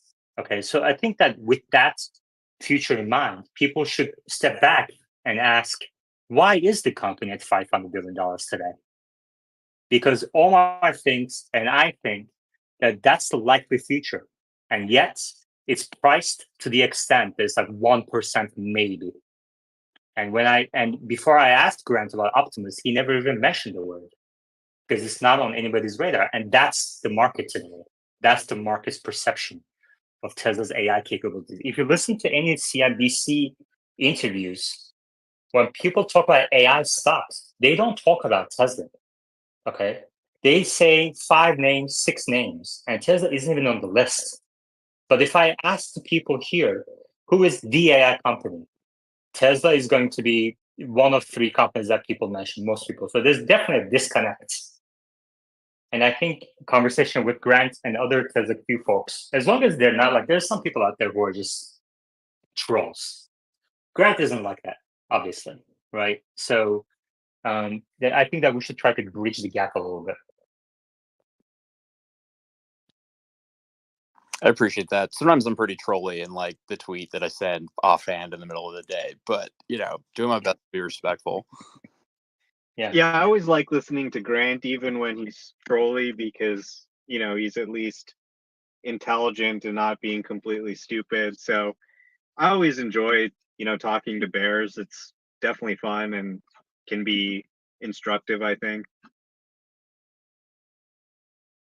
Yeah. And Yes, go sir. ahead. Go ahead, Grant. Well, I was going to respond to one thing. I think that there is a big distinction between the timeline that Wall Street or a lot of investment managers are likely evaluating these businesses on versus the you can debate how far off future is that a lot of people in this forum are excited about, where you've got Robotaxis and Optimus at scale. I think that just being transparent, I'm not trying to make this like a big dig, but honestly, Omar, you referenced a lot of the track records of the people behind Figure. And I also think that, for better or worse, a reality here is that a lot of people are thinking about Elon's promise, I don't know, close to 10 years ago now, that we'd have autonomous Teslas within a couple years. And they're thinking about these promises regarding how these Optimus bots are going to be, massive opportunities for the company in the near term. And, we're like, I don't know, depending on what quote or what promise, commitment, whatever you want to call it, you're looking at, we're close to a decade into this autonomy ordeal, and it's not here. And you just said that everyone thinks robotaxis are at least 2 years away. So we're talking about like a decade from when he was saying it would be a year or two out to it may be happening. And I think that a lot of people will think about his commitments and promises around Optimus the same way, which means this is a decade out. Yeah, I think actually Omar agrees with it to a certain extent a little bit. The other thing is about this space is that we have a variety of views. Like, not all bulls are created equal.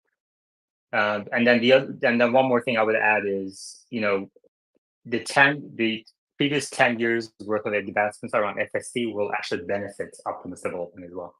Omar, and then Meta. Yeah, it's interesting that you mentioned people talk about all these AI stocks and not Tesla. And I've been thinking about it, and I've been starting to feel like there is a little bit of an AI bubble going on. But Tesla is the one company that actually may have something they can actually make money on. And you think about all these sort of LLMs. What was this big hype about? Oh my God, everyone tried ChatGPT. And oh my God, ChatGPT is going to take all our jobs. But how many people lost their job? Nobody. Instead, they just use ChatGPT to kind of do their job. It's kind of like at the early autopilot stage. It's kind of where autopilot was 10 years ago, where you start using it supervised, but it's still possibly many years away from being autonomous. So all this hype and all this excitement, and what are we really doing with these LLMs? What's the killer use case? I mean, I talk to them, but maybe it saves me a few minutes of a Google search. It gives me a little bit of a different answer.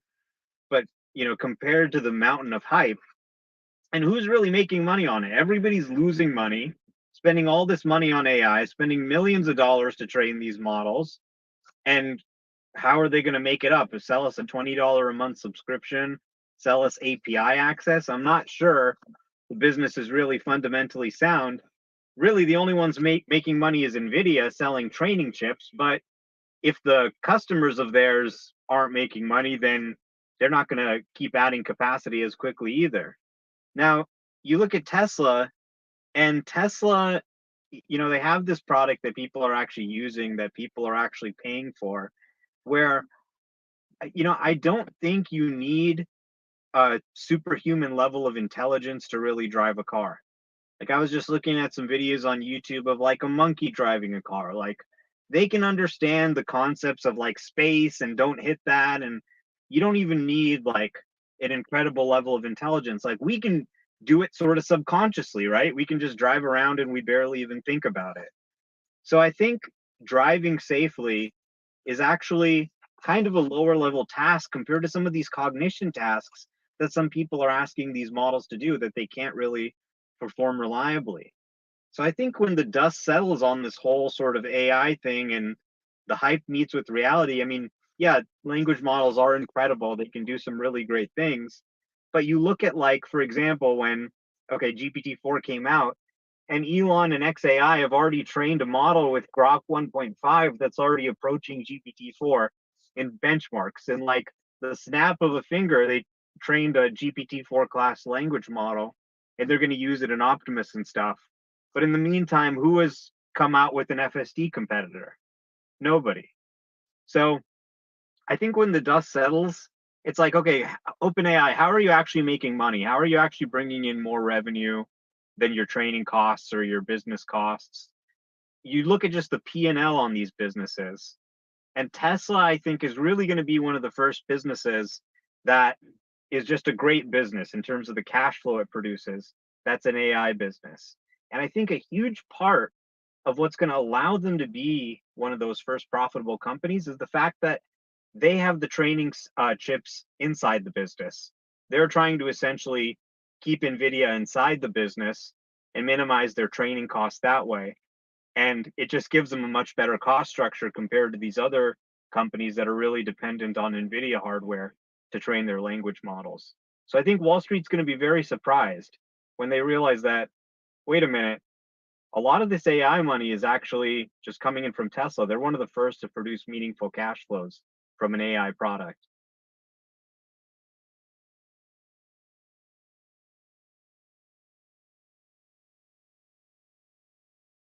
Yeah, the first thing I want to say is I'm really happy you're engaging with both sides. This is great. Genuinely want to find out, like, Grant, how do you debias for things like Elon's been wrong, 100%. He's been wrong. He's been saying things are going to get done way earlier. And I would say a lot of people in the AI space probably didn't believe that it was going to get done correctly. And then after 11.4.9, when they started switching over to transformers, around that time is when I started to think that, okay, they might actually get there because they're actually going to move the planner over. And transformers is the same way that Waymo has gotten there. If you look at their papers, MGIL and stuff like that. How do you correct for the bias that kind of maybe creeps in that someone's been wrong a long time? However, that doesn't mean that they'll be wrong forever, right? Yeah, totally. I mean, I think that's a great question because I think a lot of people on both sides of the Tesla Q debate have been incredibly dug in on their positions and struggle mightily to figure out, like, or to just have an open mind and be honest with things. I am biased like anyone else, but I think, the job on some level of any investor is to try to, like, admit facts freely into your mind and recalibrate your opinions as they come. The one thing that I've definitely said earlier on this session, but just truly believe, is that, like, V12 is, like, way better than what was previously there, and the rate of innovation inside of this product is pretty remarkable. I definitely see all that. I told people earlier that a couple weeks ago, I think it was probably the Monday after this had gotten a broader release, the stock was getting a lot of AI hype, and I think it was up like 5%. I closed or covered half of my short position because, first off, it seems like good tech, but second off, AI hype is a real thing that can move stock prices.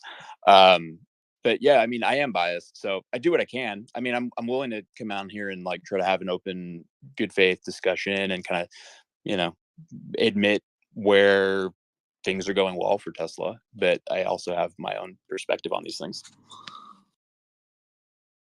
Yeah, the way I was thinking about this is, like, if let's take the worst case scenario. If Tesla has now like 6 million cars on the road, I think we can take the worst case scenario at this point might be the hardware is not good enough. They need to put something more beefy in there. The cameras are not high enough resolution. They need to put better hardware in there. Maybe hardware 4 is enough. Maybe hardware 4 is not. Maybe they need to upgrade the vehicles. But I would say, do you agree that at this point it's been proven enough that Lidar is not really necessary? The camera placement is sufficient, at least maybe with like some lens, playing with the lenses a little bit. It's sufficient to solve the problem. And that maybe the market should be pricing in the fact that this has gone from a unachievable potential to now it's just a matter of time as to when it gets achieved. I disagree with some of that. I think that the challenge in watching this tech develop at a rapid rate is that it's easy to get excited. I mean, it's exciting for sure, but I think it's gone in my mind from like, I'm making up numbers, but to give a rough sense, like, 92% reliable to like, maybe it's literally 99% reliable now, but people in the past have talked about the March of Nines. I think that's a super real thing. I think that there's no data to suggest in my mind that it's safe enough for someone to just like not be behind the wheel and be hanging out on their phone in the back seat. I actually have real concerns around how Tesla bridges the gap to demonstrate that it is robotaxi levels of safe and proves that out to regulators. So I think we'll also be pretty skeptical in some ways. Do you think that the fact that Waymo, ignore Cruise, but Waymo has done so successfully in at least 3, if not 4 different cities at this point? So kind of makes that happen? the disconnect here is he's gonna respond to your Waymo point with Waymo has LiDAR because he doesn't understand what LiDAR does and how Tesla has already demonstrated they don't need LiDAR. So if you kind of maybe go into the technology a little bit here, Meta, what is Waymo using LiDAR for? And why do you think Tesla can get to that level of understanding its surroundings without LiDAR? Yeah, that's where I was circling to. As long as that's the only disagreement, because I Well, know can Green's I on make the same one page. statement in passing first? Because like I like before we even get into the tech, I feel like there are a couple of elements at play here. Like I don't mean to cut you off, but one thing that I think of when I think of the challenges that Tesla will face is that whoever wins in the race for robotaxis is going to make a boatload of money. And I think perception in some ways is just as important as reality. And what I would be doing if I was Waymo or a LiDAR equipped vendor pursuing robotaxis and autonomy is I would be telling regulators, hey, I'm using all of this data. I'm mapping every inch of this road. I have LiDAR, which is a fail safe in the event that the cameras don't pick something up. And then I've got the cameras. And I think that that's actually like a relatively compelling argument, setting aside for the fact that Tesla Well, may be no, able to do because everything again, we're back to so the reason why I kind of asked Meta to explain technology is because the statement you just made, which is LiDAR is a fail safe. If cameras don't pick it up, then LiDAR will pick it up. It's just wrong. But I'm saying the perception versus the reality. I'm just saying that is the argument that people pursuing autonomy with LiDAR will millions of dollars attempting to convince regulators. Meta, So like regardless and then of whether Omar. True. Let me see if I can let me see if I can address that real quick. So first off, the way LiDAR works is important to understand. Cameras pick up photons in the visible spectrum and a little bit outside of the visible spectrum. LiDAR shoots a cohesive beam of light and then picks up light in a slightly wider band. Unless you're thinking we're going to run into ultraviolet items or ultra red items, it's not like LiDAR sees things that cameras don't see. What it does do is because it's shooting the laser, it knows how far the object is because it bounced on the object and it came back. However, there's plenty of papers that have shown cameras can now calculate distance and neural nets can predict distance very well. So that is the only gap that remained. And we've seen already radar be removed and the safety in the vehicles has not dropped. And I would imagine Waymo is going to be doing a lot of sensor ablation where they basically blind different sensors in their training models. And when they put in the big order, right, Waymo has not put in a giant order for vehicles. They're getting their prototype vehicle working in the city, then on highways, getting to a point where they're like, okay, we are now ready. We know what the configuration is that we want to go with. So I don't think Waymo wants to go to the regulators and make this extremely expensive thing a core requirement. What they want to do is say, we've got these 21 cameras, we've got these 5 LiDARs, I think that's how many they have. Now let's blind the car to a bunch of these pieces of hardware, see the minimal viable set of cheapest hardware combinations and locations in the car, then go to a BYD or another like maybe non-Chinese manufacturer that they can use and get a large order of vehicles and then go from there. So I do think both companies are taking a sensible approach. It's just a matter of who gets there first. And I think hardware is a lot harder to conquer than the software, especially when the software is being published as papers and you can kind of see what everybody's doing. Grant, give me 1 second. Let me just kind of level set here. Okay. So as a venture capital investor, I'm sure you guys hire some experts every now and then, pay them boatloads of money for their opinion. Okay. We have people in the space who, if they were charging you, you probably have to pay $1,000 an hour for their opinion on these matters. So I have information right now that you don't. And I think what I would recommend maybe you consider doing is stay on mute, listen, and then go back to the recording and listen to that 20 times. And then come back next time. But there's like I allowed you to kind of talk over the last couple of hours, but the situation is all different right now. Omar and the machine. So I got to hop off after this, but a couple points I wanted to make was just that, one, we hear this argument a lot that, well, everyone's going to be forced to have LiDAR because the regulators are going to require it. And the regulators have never required LiDAR before.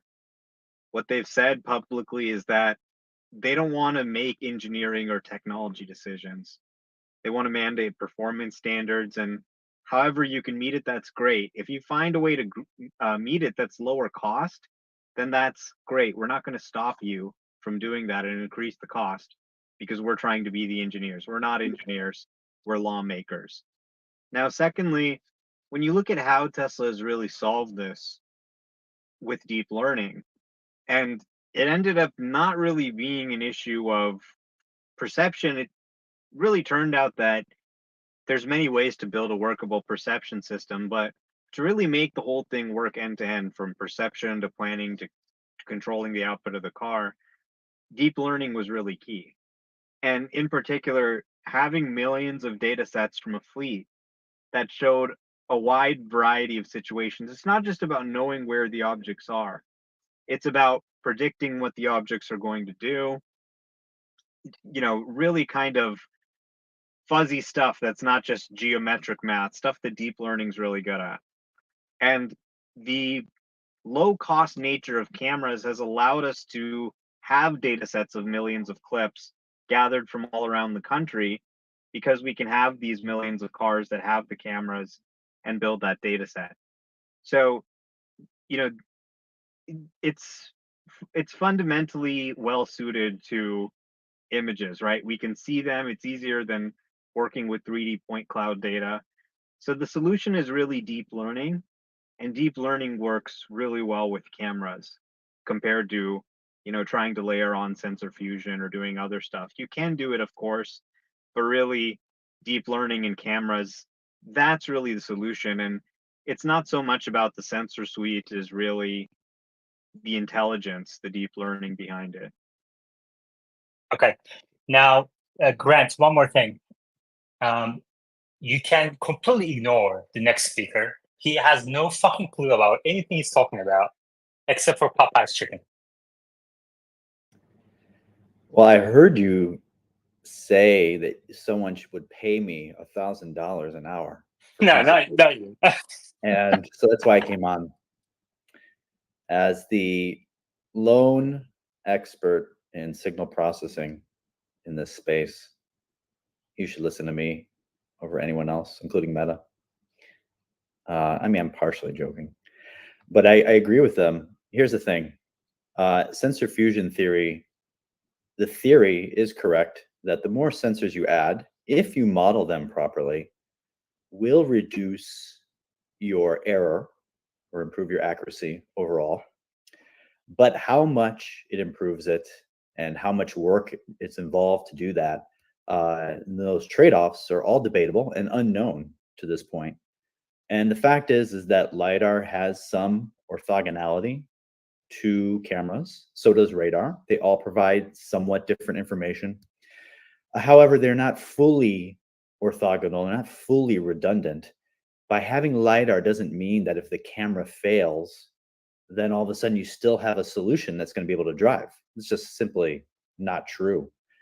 And so what the regulators are going to focus on is probably fail safety, that if some system fails, is there a backup system or appropriate way for the car to shut down or turn over to the side of the road And I believe those are legitimate concerns. If the power goes out on in your compute system, or one of the cameras fails, or a few of the cameras fails, like what's going to happen? Like, do you have backups there for a full Robotaxi? I think those are legitimate questions that maybe have to be answered depending on what regulation requires.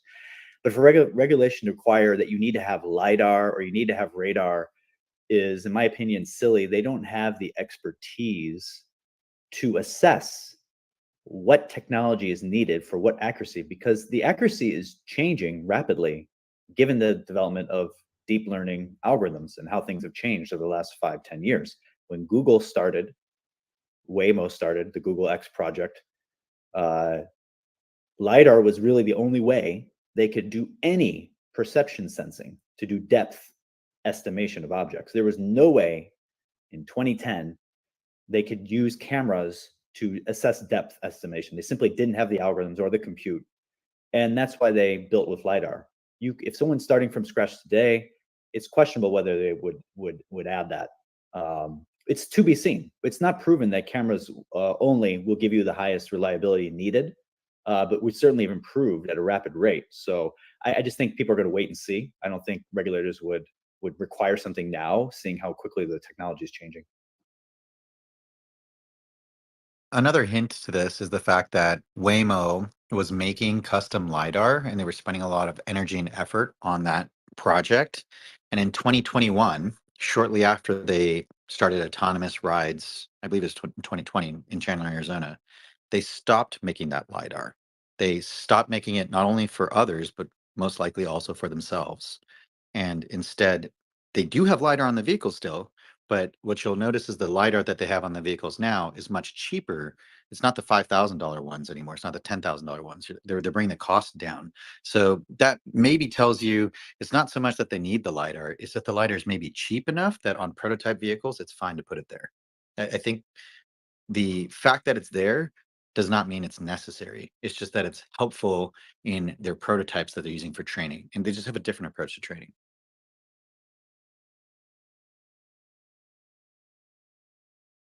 All right. Grant. Yep. Just a couple thoughts because I do need to run, but like first off, definitely respect and appreciate the expertise of the people that are speaking here. I do not know nearly as much as you guys do about these topics, clearly. I think the point that I'm trying to make isn't that like I do not know that LiDAR is like definitely required. I'm thinking in very practical terms about what it looks like when robotaxis are a very valuable market to own and capture. Lobbyists are working to convince regulators that their approach is better than the other company's approach. And when you're in front of New York City Council, you've got one group that's saying we have more sensors, so we're safer, and then the other group is talking about like sensor diffusion theory, like which I know I probably butchered that, but the point is like you're getting way in the weeds, and I think that there's some elegance to the simplicity of saying we have a failsafe, it's LiDAR. Like, I don't know, even if that's not true, I'm speaking purely in terms of perception. I think that that's a compelling thing that could be an obstacle that Tesla will need to overcome. And then maybe just briefly to Meta's last point, I think, LiDAR is getting a lot cheaper. I mean, they stopped making it because they can buy it way cheaper somewhere else. I mean, that's an adoption curve that I do think I would be worried about if I was Tesla, because in my mind, I know Omar earlier said regulators never require, sensors and they don't make judgments on technology, but there are, laws that are in process that will make AEB a requirement if they go through, because that is a safety feature that it just makes sense for everyone to have. I think in 20 years and 30 years, I think there's a reasonable chance that you could have cameras, you could have maybe LiDAR expected of any new vehicle, because that's a safety feature. And everyone, I think, is aligned on the idea that we want everything to be safe. So I don't see why that wouldn't be the case, potentially anyway. But yeah, I do have to run. It was nice talking to everybody. Yaman, I will try to pop on again. It was enjoyable conversation, and hope everybody has a good weekend. See ya. All right, Grant. Venmo me $1,000. You weren't here for a full hour. You're here for 5 minutes. All right. One quick thing. Even if they had to use LiDAR and they had to go retrofit all the Teslas, most likely the only thing that would be required is forward-facing LiDAR, and they could easily put that where one of the 3 cameras is. Dude, Elon would just put in a glove box. No, I mean, like, there's no requirement for the people who bought FSD post 2019 that it has to be, you know, level 4, level 5. What they're doing now is sufficient almost for those people. So they don't have to retrofit anyone. So if you want to talk about the small percentage of people who bought FSD back when it was essentially kind of saying that Grant is not talking about that. That's not the topic. Yeah, anyways, look at you. You're like rolling in like a bulldozer. I have no idea. I have no idea what was said. What even the topic is. Yeah, Right. the topic, it's not about, you know, having the 1 million cars converted. It's more about, you know, from his perspective, Grant's perspective, it's about, you know, the future cash flows. Right? Whether you have your 1 million cars retrofitted or not, doesn't matter to your Robotaxi feature. We're going to have tens of millions, hundreds of millions of Robotaxis. So who cares? If they need to put LiDAR on, they can. What's the big deal? It's not an end decider of anything. Yeah, you could have said that. Well, I assume someone already did, but I guess not. And if they need me to go in front of the New York City Council to support Tesla, if someone goes there and says, we have LiDAR, therefore it's the fail-safe for cameras, I will eviscerate them. It's obnoxious. How you doing?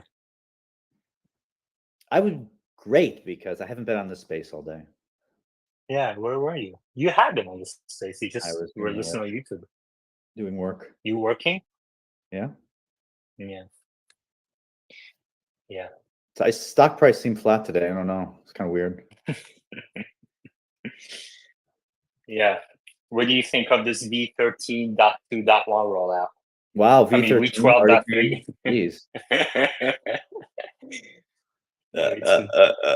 It's been 3 hours and 20 minutes. Yeah. You know, what's your Friday spaces, you let go longer, right? That's what happened. Yeah, no, it's been going on longer lately. Yeah, you can't help yourself. You always end up in the same place, which is where you end up with Well, a I actually binge. I'm doing other things right now. So I can't really do anything else anyway. Okay. I don't know. I haven't seen any videos. What's the conclusion? Well, Omar said it's really good. But he said we have really so the one thing that changed obviously is free trial. We have a free trial now, right? So that's different. Were you expecting that the entire April, millions of people to be able to use FSD for free? And I mean, we talked about this a few times before. Like, I expected at some point they would do a trial, but we thought it would wait until it got really good. And you could argue that V12 is good enough for a free trial. I could definitely, see that. So I wasn't too surprised, I would say. How many FSD users do you think will sign up after they try in the next month? Like, let's say May 1st. So free trial is over on April 30th. May 1st. How many FSD users are there paying? So right now, how many are there? It's like 400,000 something. Yeah. I think it'll increase in a month. You probably get like 50,000 people. Yeah, so that's the lowest estimate that I've heard so far. I mean, yeah, you're going to get people, but you're not going to like double the number of people. That's what Omar said. He's Omar. Doesn't there's no logical assessment there. That's just his optimism. No, we had one more person. I'm trying to remember who it was, who said 800,000, and then we had one person who said about 600,000, 650,000, and then you're at 400. You don't think do you think all these people are gonna try it out and then they're gonna end up not subscribing? The software is impressive from a technology standpoint, but it's still like a slow driver. And most people who have jobs who got to go somewhere, they want to get there. And they're not going to sit there lollygagging around while they still have to pay attention, keep in mind. And it's not going to sell them immediately that they have to subscribe or buy it for that technology as it is right now. It's still a cool toy. And yes, for some people, it has value right now, but not in aggregate for everyone. So I don't expect a large percentage of the people who get exposed to it to subscribe. Like, I guess 50, like maybe 100,000. That's 20% increase, which in 1 month is pretty considerable. And over further months, some people will take a dip and maybe subscribe later. But in 1 month, I don't expect such an immediate response. Well, I'll bet you coffee that it's going to be more than 450,000 on May 1. Well, okay, but I don't know if we're going to find out. But they might announce something. My range is 50 to 100,000. So how about 75 is the threshold for the bet? 475,000 is the threshold. Assuming they're at 400 now, is what you said. I think it's about 400,000. What? They're going to add 75,000 more versus when the trial started. How many they had right now, as of today? Which I don't know what that is, but we have to kind of estimate that. It's 400 something thousand, and you said 50. First you said 50. Okay, so I'm already giving you a little bit of let's say 425. 50 would be 475. Yeah. The bigger issue is they're probably not going to tell us. Yeah. But like that I would be shocked. Like, are you still not getting your hardware free? No, I'm not getting it. I don't drive that much. So you don't understand, especially tech workers, who a lot of us work from home part of the time now. Like, you're going to go to the office. Oh, so when you say get out, go for a walk, you've been in the house, you're just projecting? Yeah, I need to get out too, and it's raining right now. But when I drive, I don't have to drive that much, and I simply am not going to pay for FSD for these little. You think I'm going to pay FSD to go drive a few minutes to Popeyes? There's no value there. For people who commute on surface streets 5 days a week, then maybe, right? But I don't think that's there's plenty of those people, but I don't know what that overlap is with that group and people who are buying Teslas right now who are really into technology. We'll see. So I'm not saying, again, it's not valuable. I'm just saying right now you're expecting this immediate response to all of a sudden people are going to buy it. Some people will buy it. So I'm trying to make a reasonable guess. I could be wrong.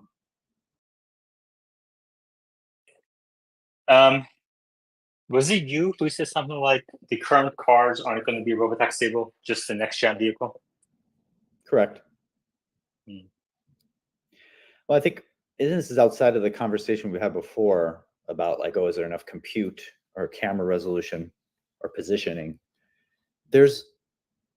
I'm not fully aware of what all these regulations are or could be, but there's a lot of talk in other communities how simply Tesla's system is not designed to have fail-safes to where if some of the cameras fail or the compute system fails, that it has a backup system in place, which might be needed. And I'm not sure on that, but I'm reading this a lot from people who are into self-driving cars and safety and comparing it to Waymo or even Mercedes L3 system has more fail-safe redundancies. And I'm just saying if that's true, then certainly the cars that have it right now don't have those backup mechanisms. And that would be an issue. I'm not saying it 100%. I mean, wouldn't the car just pull over? I think it's possible to overcome it but if the inference system fails, if the power supply to the inference chip fails, the car can't do anything based on if it's relying on the inference chip to control the car. It's going to have a failsafe somewhere, like in the CPU or something, to have memory of what just happened and that it failed, so quickly pull over and slow down the car. Like that's going to have to be built in somewhere else.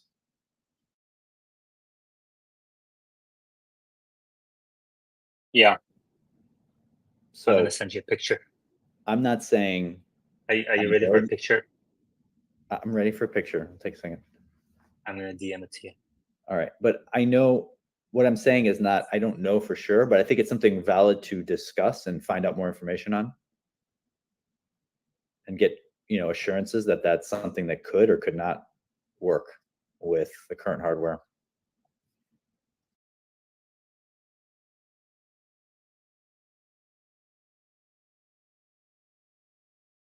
Did you get it?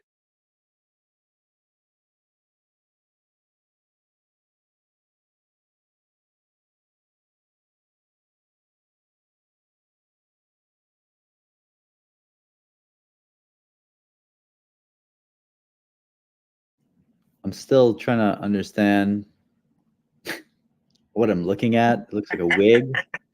Is that your hair? You cut off all your hair? Uh-huh.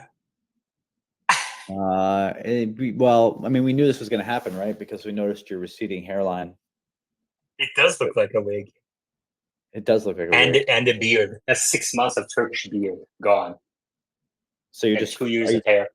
Fully shaving your head now? Mm-hmm. Summer look. That was my winter look. Now it's summer look. Congratulations. Thank you. You're gonna have well, never mind. I won't. I'm not gonna make any inappropriate comments. It's a lot of hair. It's crazy. I should have just donated this, honestly.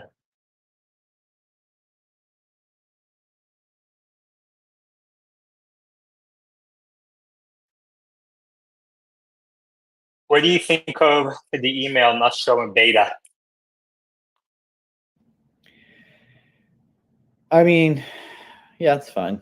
It's better. It's a better name. It's still a hypocritical name to have supervised next to full self-driving. If it was full self-driving, you wouldn't need to be supervised.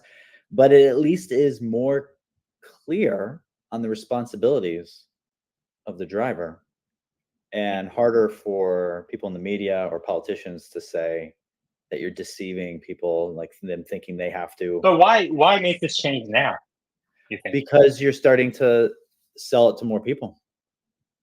A lot more. But you just said it's going to be only 50,000 people. Well, yeah, it's not in the first month. Mm-hmm. So I wonder if NAG is about to come off. Do you think that's possible? Oh yeah, maybe. Maybe that's why they made this change. That was kind of compromise. Maybe.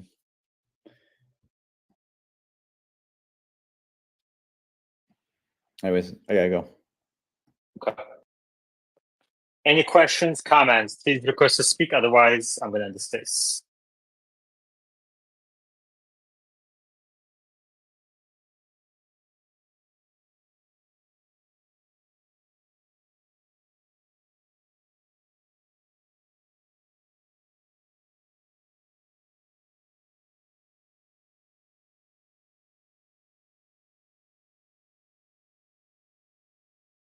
All right. Well, thank you very much, everybody. And I will talk to you next time. Take care.